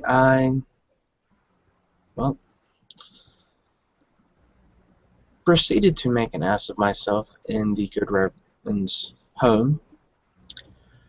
There were raised voices that I believed would have led to a more unfortunate circumstance. I shall not name any names because I do believe that the accused have quite possibly already given as honest of a answer as I give. You're the fucking accused. As the prince puts up a hand. Do, Mr. Bouchard, continue. My belief was an attempt to, again, cool down heads so as they may prevail. Attempted to use one of the gifts. I'm assuming it is of my blood. I'm not sure how I came about this one. attempted to calm down Mr. Puducheska here. Oh, you're And- done. You're and- done. That ain't my name, you fuck. I believe, Mr. Bouchard, his pronunciation is Puttanesca. Daneska. You gotta say it with some fucking pride. Puttanesca. Fucking hell. Ugh. You can just call me Giovanni. Very well, Mr. Giovanni. I attempted to help him relax, and instead of his quite cheery attitude, No. Giving me a Pepsi and a lap dance. That's how you let me relax. You use some fucking mojo bullshit. The prince nods. This is true. in which doing so, I proceeded to break hospitality within the Good Reverend's church, at which point Mr. Giovanni's acquaintance or friend, I'm going to go with the latter, proceeded to quite heavy-handed backhand me, causing a good deal of pain. Lightning should not run up through a body that way. But I digress. At which point, the Good Reverend came in, told us to stop this. When I admitted to my fault, he told me to leave his haven, and I, in a respectful manner, attempted to step outside. When we came across a haunting that disrupted us until we were able to break free of it, in which time I quietly took a ride with David and stayed there for the evening. And you have been no other place in this night other than here. You have not stopped to feed at any time. You have not made yourself publicly known to any other member of the kindred or even that of the kind. No, sir. I figured to do so would put myself at risk. It would also put the masquerade at risk, and it would put everyone else here at risk. I figured if that was the case, then it would make me no better than a shovelhead. I will be damned, Harry. He actually has some common sense. Yo, that's interesting. It's very interesting word you use there. Fresh face with a head on his shoulders. But shovelhead? Those words? Really? You know, for We've someone not who fortunate- They're all better than shovelheads. Yeah, I Go think ahead, I heard Judge. this story before a few times before in New York. You know, some guy rolls in, oh, you know, I don't know who's my daddy, but don't worry, I'm not a shovelhead. And you know what happens fucking every time? They do tend to Shovelheads. turn out to be shovelheads. It's a very odd choice of phrase. It's with that reason, Mr. Bouchard, and it is not that I do not trust you, it's that I do not trust you. For the remainder, until I see fit, you will remain in my employ here at the mansion. You will remain within the confines of the Wake District. So, what time is it? The Reverend will look as It's a little after midnight. About 15 after midnight. I've got plenty of time for this ritual. Would someone Yeah, be so you do. kind as to bring me a bowl and an instrument? A sharp one. He offers you. He does offer you or he pulls out of his coat his own little personal medical kit, which it does have a scapula in it.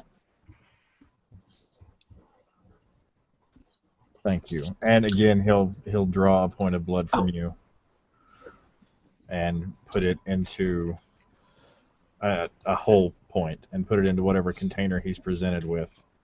An empty 2-liter Pepsi bottle. Yep. Yep. That's legit. That's legit. Nice.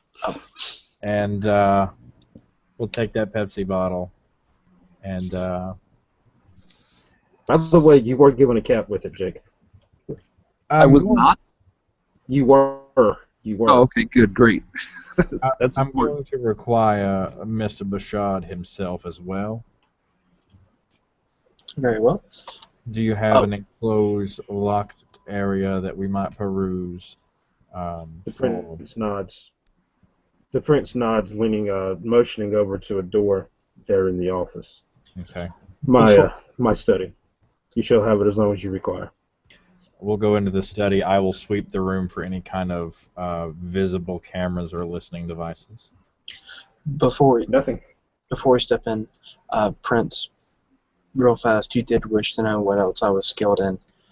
The other things I'm skilled in are medicine, at least a practitioner of it, and the study of biology. I shall see that you are met with Miss Wallace.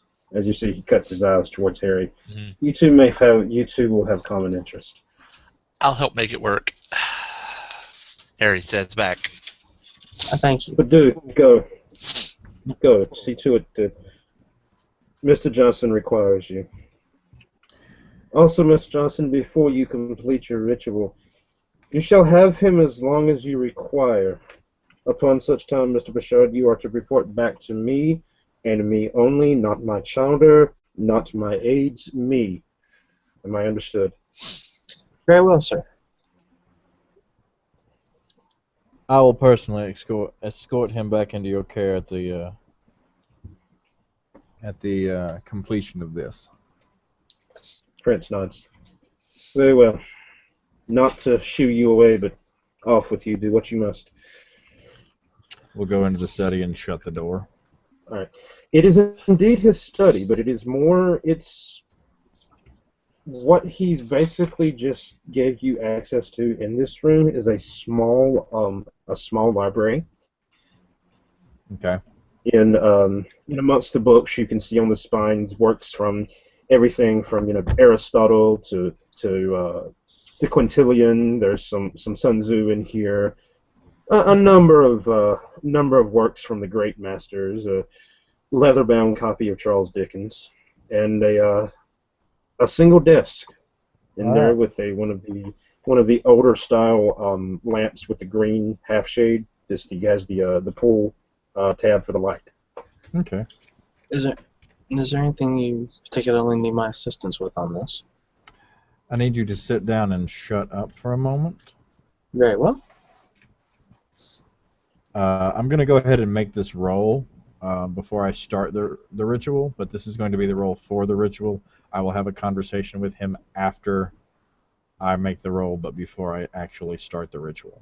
Is that okay? Okay. Acceptable? That is fine. Go ahead. Okay. Difficulty on this is going to be 3+ ritual level. That means diff 5. 1, 2, 3, 4, 5.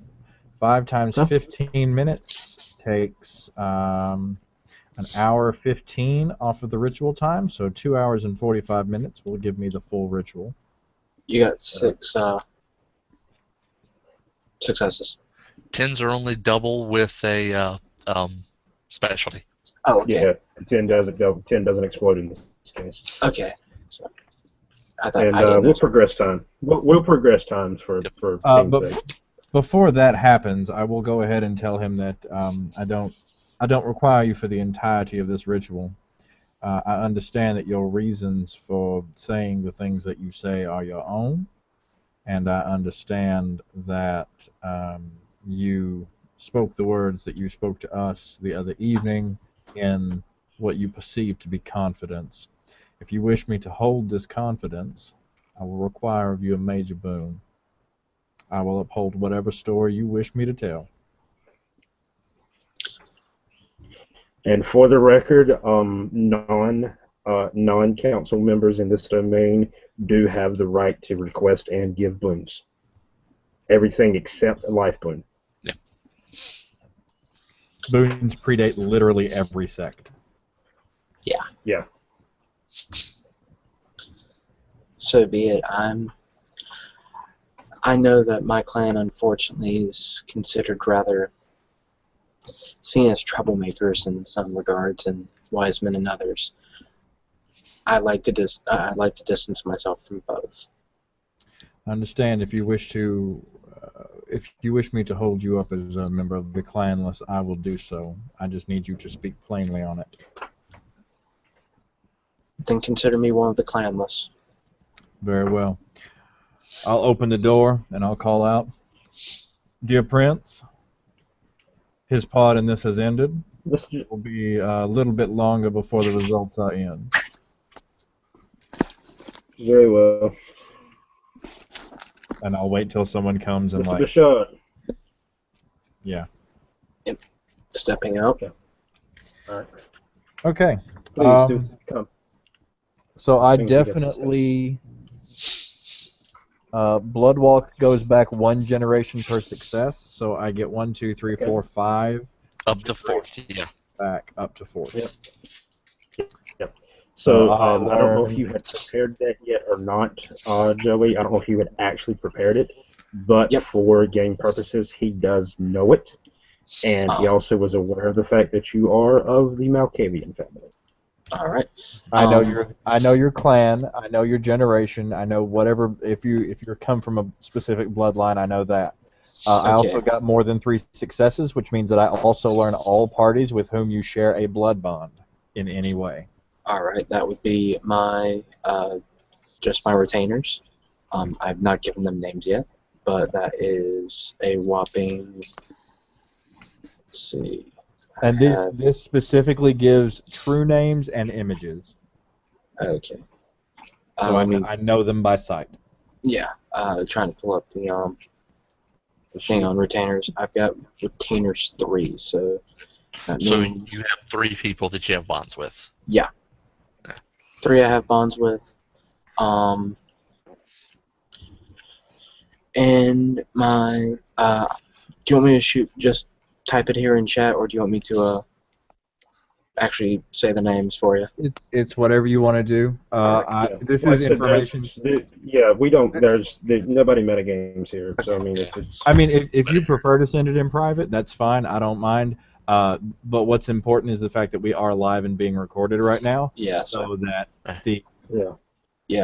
everyone knows that I know these things, whether you give them to me publicly or privately. My character still knows these things. Oh yeah. So you can choose how to do it. All right. 9th gen is Latelin. 8th gen is Madame Laville. 7th is Hassan. 6th is Al Usa. 5th is Adamar. And 4th is Lamdeal. Okay. I will probably go ahead and ask you for that in writing as well, so that I can have it on, so that I can transfer it to something that I can keep. Oh, yeah. But cool. Thank you. Yep. And that'll keep me busy for 2 hours and 45 minutes. If anybody else has stuff to do in that time, they can go ahead. It's not a big deal. All right. The prince, having called Mr. Bashard over, he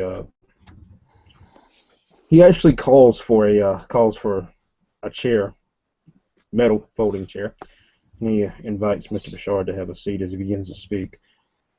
Now, Mr. Bashard, as soon as we become aware of whom it is that you can call family, we will see to it that you are properly met up with a representative from that family. But that being said, again, I'm not aware of how much your father did. Your sire did tell you, but this domain tends to run a little differently than that of other domains you may be familiar with. I do, as you know, I am the prince of the state.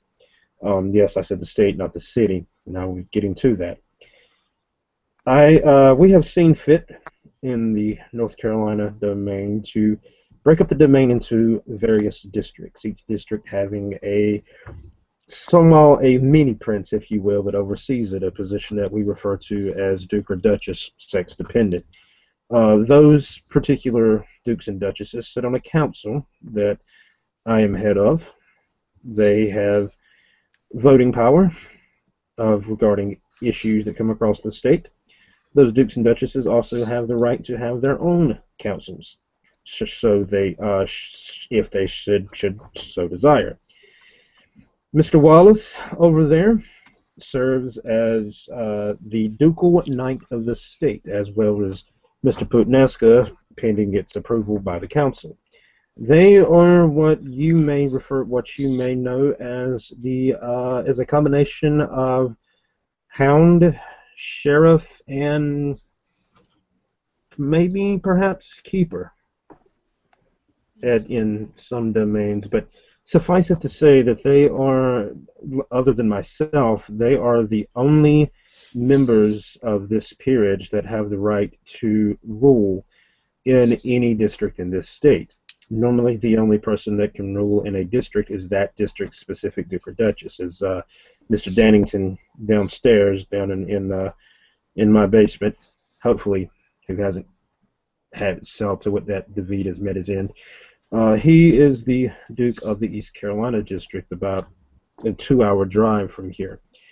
He has also been extremely beneficial to our domain in that of seeking out Infernalist, as well as being a scion of the Camarilla's hammer at times.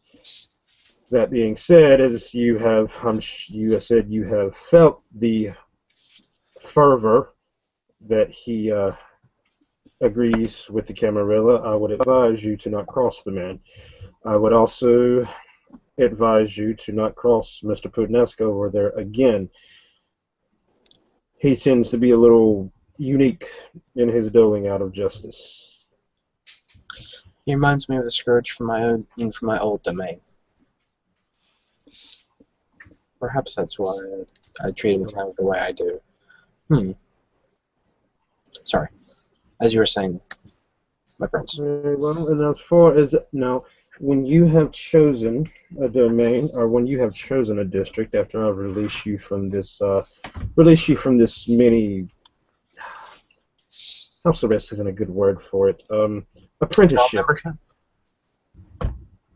Apprenticeship. We'll refer to it as an apprenticeship. After I have released you from this apprenticeship, I will require you to select a district of your own in which you wish to reside. This is not to say that you are limited to only traveling within that district. You are at liberty to travel between districts, provided that you do not hold some type of ill sentiment, ban, or any of the like with the particular Duke or Duchess of the domain in which you wish to travel. Being that you are new here, it will be a good idea for you to make yourself known to the council at large in the coming nights, as I am sure many of them will have questions as well, especially when Mr. Johnson's test, when those results are ready. Now, that being said, is there any questions that you would have of me, or any of my office, or any of the individuals that are here? Currently, none that come to awareness.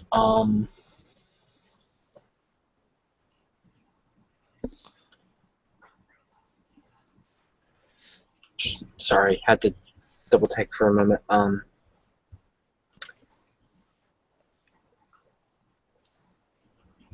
Okay, yeah, there we go. Sorry, vision is. Let's just say the glasses are partially for show, partially for my own comfort. I'm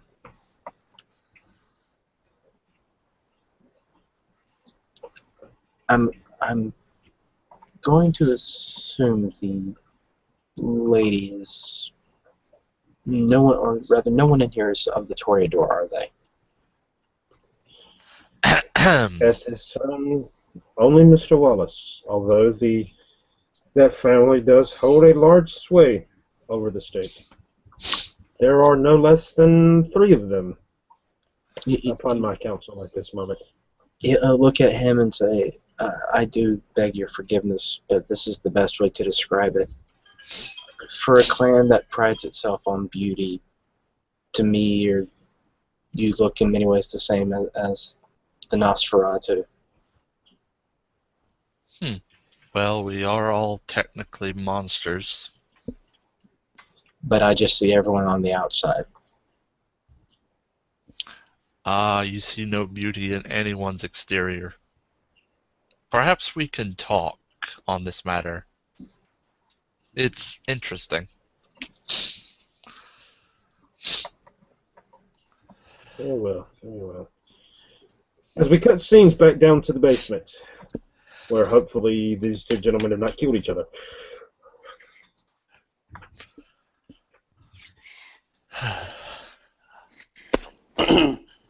Some of the workout equipment is just like has been destroyed by the strength and speed that Woodrow has hit it with, probably. And it's But- got a little wear and tear from David as well, Oh, but not nearly the as bar- much. The bar that Woodrow was using is now a bent bar. Mm-hmm. Wasn't supposed to be, but it is now. Uh-huh. Woodrow has not at all even remotely attacked David. Yeah. He has really just wrecked the equipment. Mhm. And, he gets up and he says, he shakes his hand. I hope you'll talk to your clan about what we discussed. Will do. And hopefully this will mean less incidents like this. He'll smile and nod his head. And more like this, because this was fun. I haven't done this in a while. Getting a little soft. Woodrow will smile and nod his head, and he'll lumber his way back up the steps and ask the Rev if he's ready to roll, like via text. If that text message comes to me after the 2 hours and 45 minutes, then yes. Yes, yeah. Yeah. Then yeah, I'm ready to roll.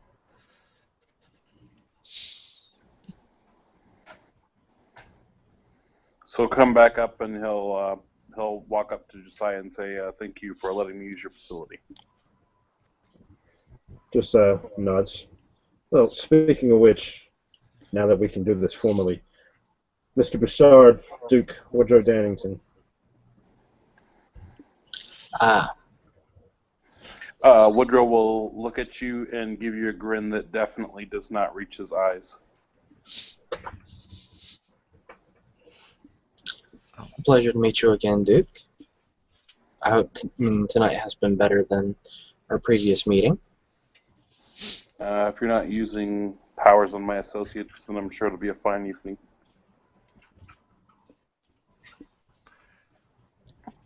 David comes up a few seconds behind the Duke, and he's actually got his good face on this time. And he comes out to the doorway and just kind of brushes his hands off. He's got a little bit of blood sweat. He's wiping off. My prince, you'll need to fix some of the things in your workout room. Some of them are destroyed or disrepair. I saw. The Reverend will come out of the... Right. Go ahead. Also, speaking of which, there's also a anytime that you're over up in the here in the Wake District, there is a another facility over on Chestnut Street that you're welcome to use as well. Those gentlemen over there have saw to it that whenever I'm in, they ensure that I get the equipment that doesn't break.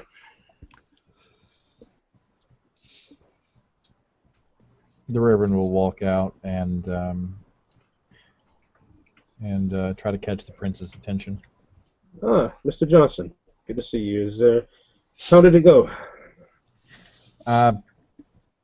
His blood is mixed, sir, and he'll say this very quietly. He does not seem to resonate strongly with any of the clans I have ever encountered. I have a hard time placing him, if you catch my meaning. As I understand. Let me ask you this, and if you are not at liberty to discuss, so be it, but in your opinion, do you feel this knowledge would be, or not even so much as this knowledge, as much as these facts would be detrimental to this domain? I believe he's harmless. The readiness with which he apologized after being slapped across the face with a few thousand volts was very encouraging. Woodrow will catch Florian's eyes at their little discourse, and he will arch an eyebrow at him. He'll just kind of smile and nod assent, with that look on his face of, yes, I quite remember. And at the same time, you kind of notice in the back of his eyes is very much a note to self, don't do that again, it hurt. Much like a scientist would an experiment. Well, he also rubs his fingers together and licks his finger, much in the same way he did when he tasted your blood and outed your clan. Very well, Mr. Johnson. Your services have been greatly useful. Yes, of course. Have a good evening, sir. Indeed, likewise. Do take care of yourself. Reverend Johnson, I do wish to apologize for my actions the other night. I did not do so I did not think before I acted. I understand. You will, of course, in the future be mindful of this incident, I'm sure. Yes, sir. Well, the Lord does urge us to forgiveness in all things. I will expect a copy of that document delivered at your leisure, along with he's turning to the prince to say this, at your leisure, along with the discussion from the hobby. Prince nods. Woodrow will walk up to Florian and he'll shake his hand. I should assume that I need not restate how a man who is a caitiff will remember his place. To merely be allowed within your presence, as well as the rest of you, and as well as the rest of the families here, does keep me mindful of my location. Wonderful. You will be welcome in my domain of the Eastern District. Make sure to find a home there post-haste. I'm sure I can find tasks for you to do. And you can... I mean, anybody can kind of, like, if you roll empathy, can kind of hear the not-so-veiled threat of you're living in my district and you're going to be my bitch for a while. Yeah. to which the prince does speak of. Mr. Dannington, I will see to it that he is relocated there upon his the closure of his apprenticeship within my domain, which should not take more than a couple of weeks. I give you a little clap on the shoulder and a knowing look, and I leave. And David will step aside and let you go by since he's still in the doorway, sort of. Yeah. Good evening, Mr. David. You have a lovely night. He'll... And you as well. Bouchard. Looking at David. David, now why do you have that face on?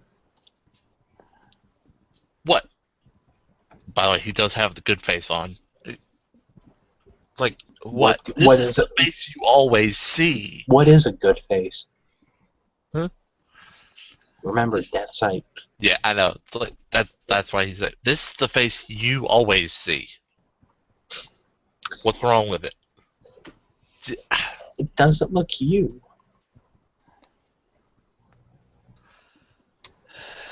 You should relax more. Notice he's not actually touching him. Yep. And he's essentially calling him ugly. Yeah. Speaking of relax, it is. We have time, Mr. Bashar. There are some individuals that I would like for you to speak with at some point soon. Again, as I've said, the council, we will be meeting in the coming days. You will be among the first to know, as you will be within the confines of the Wake domain. Do not fear those. There are, quite honestly, the Wake district, in my humble opinion, does house a great number of kindred attractions, so to speak. That's good. That's good to know. However, do know, Mr. Bouchard, if it does get back to me, that I find you to be located outside the confines of my district, specifically the Wake district, I may very well find reason to believe that you are not such a good asset in my state. Understood? Clear as crystal, sir.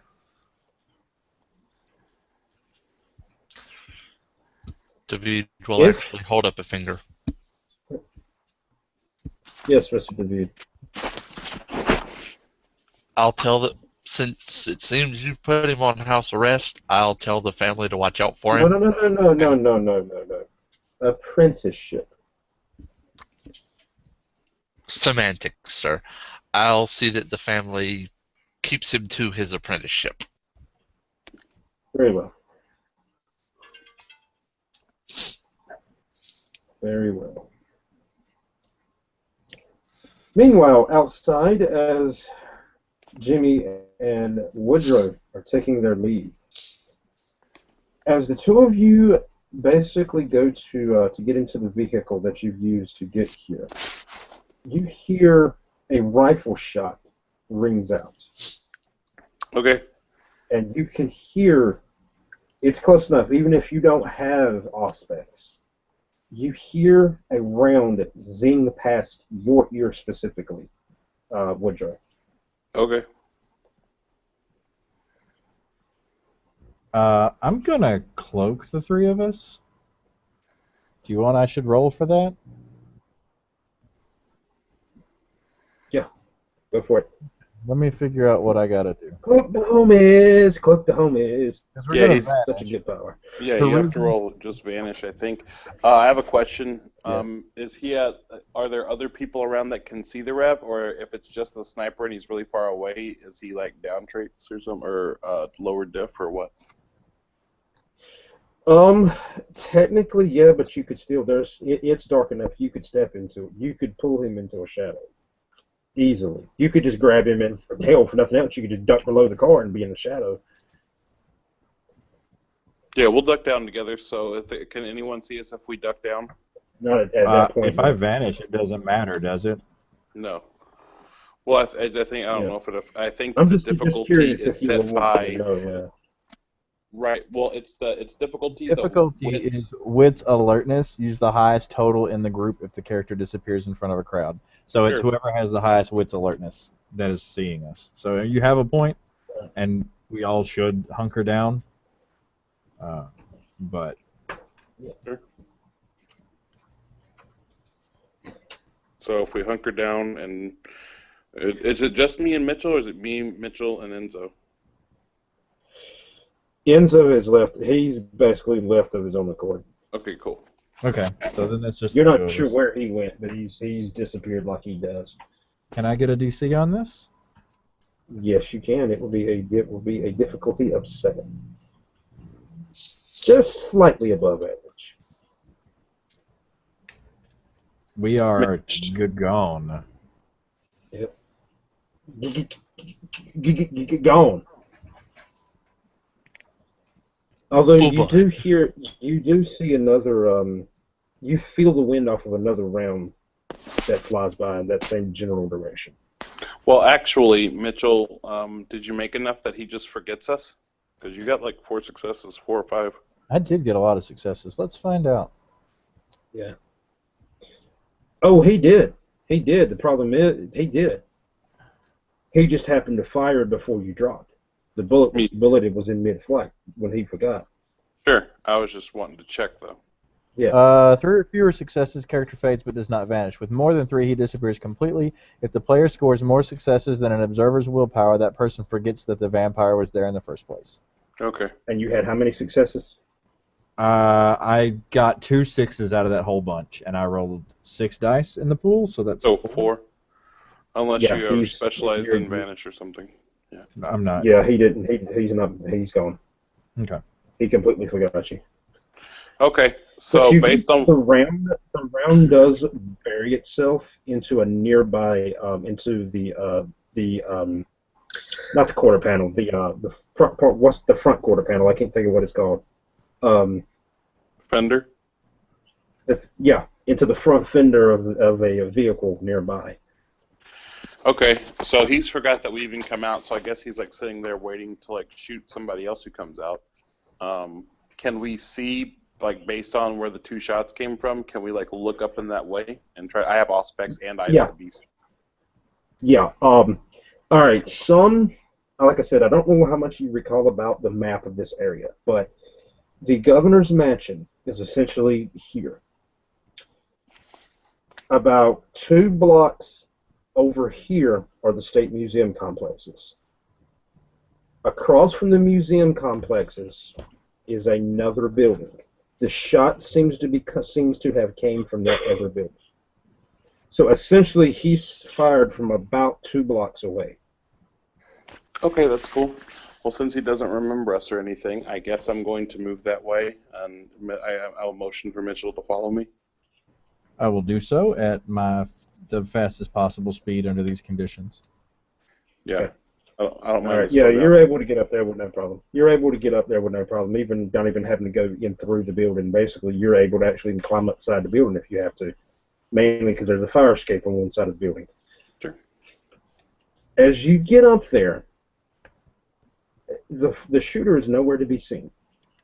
But you do basically, after taking a moment to look around and investigate the scene, you do find a pair of shell casings laying on the roof of this building. Okay. I will activate heightened senses, and with my nose, I'm going to try to smell his scent, like where he You was got him. laying there on the ground, or whatever. Yeah, I'm not gonna have you roll for it. You got him. Okay, cool. That's cool. Yeah, I guess then I'll just go back. I'll go back down, or I'll text Josiah that there are shooters watching his mansion. So people that we flushed one out, and he's gone, but I got his scent, so he needs to be careful, and he needs to, like, I don't know, get some kind of other security going. You get a text back within minutes. Noted. When I drive, I'm going to do some evasive driving with Mitchell and try to lose anybody that might be following me. Alrighty. Seems legit. And also, if it matters to you, the shell casings look to be that of a 7.62 round. We probably would have taken them with us. Yeah, I'm sure carefully. you would have taken them with you. I don't know if anybody has spirit's touch or not, so I wouldn't touch them with my hands. But Yeah, me either. I'll use a pen and slide it inside the shell casing and then put it in my pocket, not actually touching it. Yeah. Like I said, it looks like a 7.62 round. Like I said, you'd have to look at it thoroughly to be sure, but from the length and the shape of the case, it looks like a 7.62. Cool. I'll bring it back to my house and explore it. And when I go back home for the rest of the evening, I'm gonna study. I'm gonna read my book, still working on that ritual, and then also spending some time devoted to figuring out, based on what I know about the power that was used on me, to narrow it down, looking in books that discuss Dark Ages, vampires, and whatnot. All right. Are you gonna chill at his place tonight, Jimmy?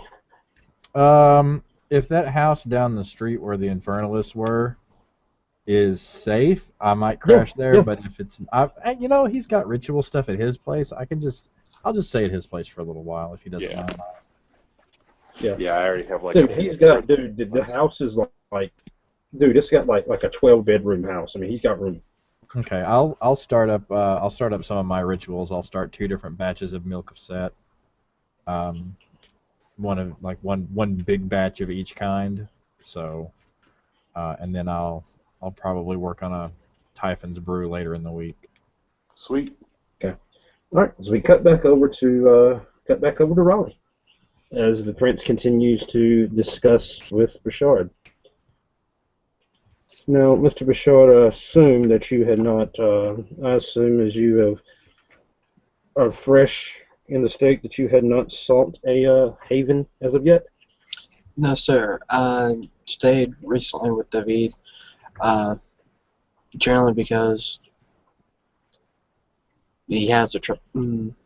Of everyone here I've met so far, he has to me the coolest temperament and most trustworthy face.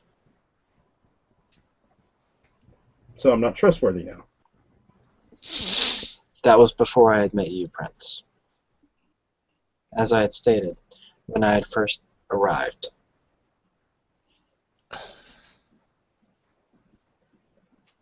Mr. Wallace, you tend to be in the know about real estate in the area. What would you recommend for our friend Let's see. within the Wake District? Within Wake. Let's see. I'd have to do some looking.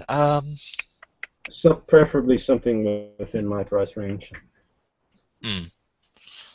And he arches an eyebrow. As you see, he winks. He winks slightly at that. Harry arches an eyebrow when he says his price range. And he just grins. I could find him something. Let's see.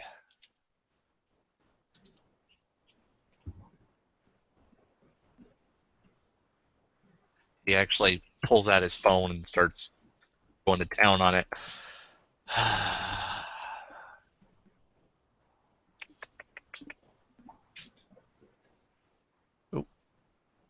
Oh, okay. So, anyway, Yeah, unfortunately, I can't see that.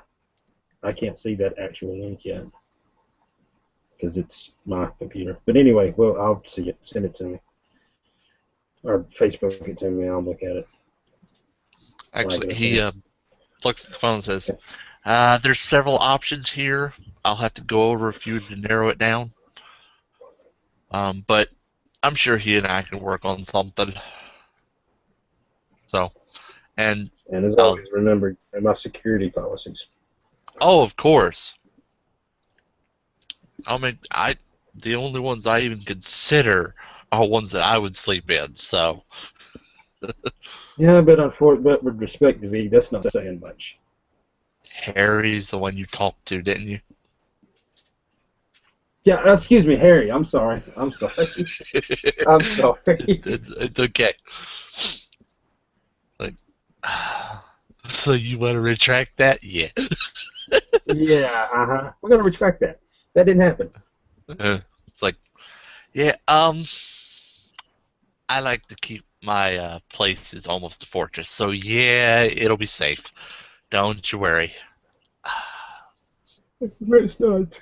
Well, for the time being, until Mr. Wallace is able to procure that haven for you, I will see to your lodgings here within my private quarters, not here. Of course not. If you were to have me here, I'd practically have to be kin. And even then, I doubt that would be the case.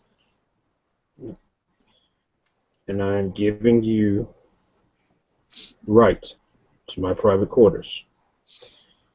You are the only one who will know where are my private quarters. So, if someone comes knocking on the door of my private quarters, you know who to find. Exactly. Forgive me, it's a habit. I have a tendency to joke, so I'm assuming that means no Jehovah's Witnesses. Definitely. Most definitely no Jehovah's Witnesses. Harry In can't fact, help you but have my stifle a permission. laugh. If they, you have my permission. If they show up on the front lawn to, you have my permission to shoot them.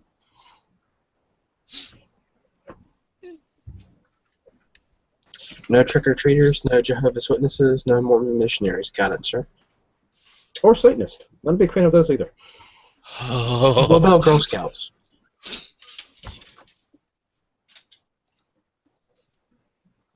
He seems confused. I'm sorry. Girl Harry Scouts. leans forward. The cookie sellers. Oh, they're fine. Matter of fact, they're more than fine. They're so cute. I love them. If they show up, and he's not joking about this one. You can clear his expression is deadpan. If they show up with those delicious cookie confections that they offer from time to time, if they show up and I discover that you did not purchase from them, I will make sure that I'll make sure you live to regret it. Am I understood? So ensure they walk away with with a completely empty cart, and tell them to just bring the rest over here. Understood, sir. Pretty much, that'll work. Like I said, and the prince is not joking. He's 100% serious. I know. Uh-huh. That's why Florian's not necessarily laughing, but he's definitely finding a little bit of humor in his response. He's like, okay. He's actually kind of taking like mental notes of this. And Harry puts up a finger. Thin Mints. Man, I wish I could eat those. Oh, and one other thing before I will send you away for the night. Yes, sir. You may not be in your private life, but as long as you were in domain, as long as you were within the district of Wake, and as long as you were under my tutelage,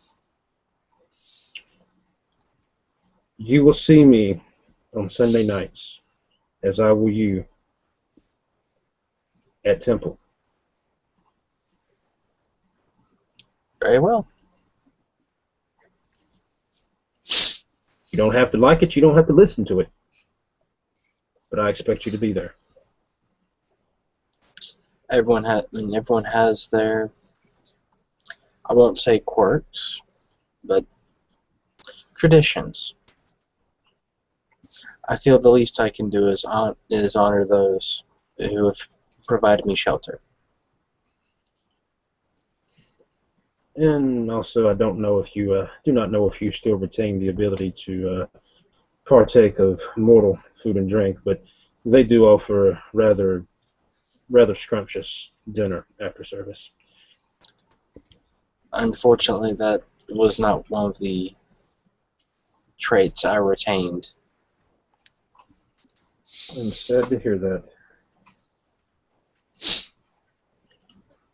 Harry even gives you a Well, knowing it's look good and nod. conversation. It's good conversation at least. But as you see, he rises, clapping his hands together. Enough business for this evening. Let us set hands to personal tasks. Bashard gives a polite, and actually, and don't even need to roll on it on this one because you can tell he's sincere about it. It's a traditional Parisian bow from court. That Sam actually notices. Harry doesn't really know it, but yeah. Interesting. He immediately jumps to French, basically bidding you good night. Returning it, and adding with a last little smirk. It's been a while since I've lived under a French prince. This would be a pleasant change of pace. He nods as you see he steps into that study.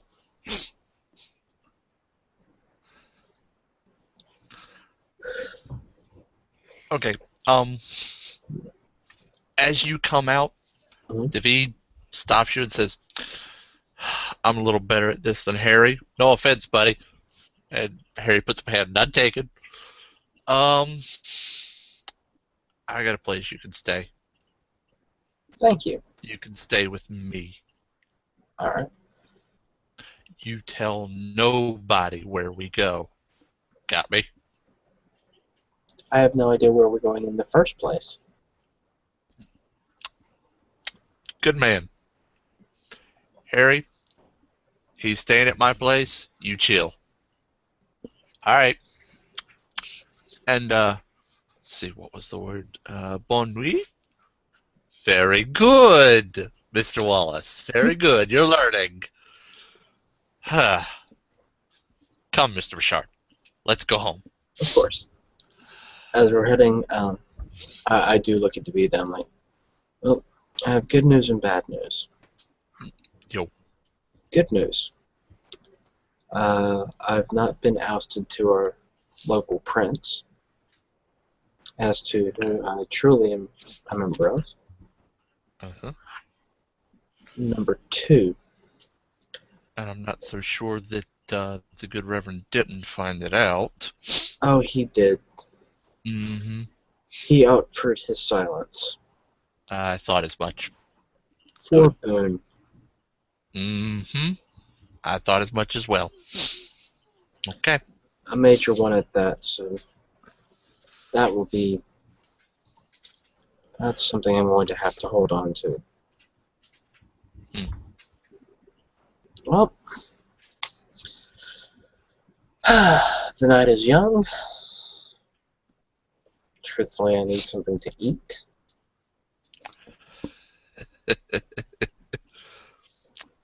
We can And handle that. About to say, and throwing an arm around David. And I'm sure you are quite the man who knows how to wine and dine. A bit. And as the two joke, they step off into the nightlife of Raleigh as we bring Remediation to a close.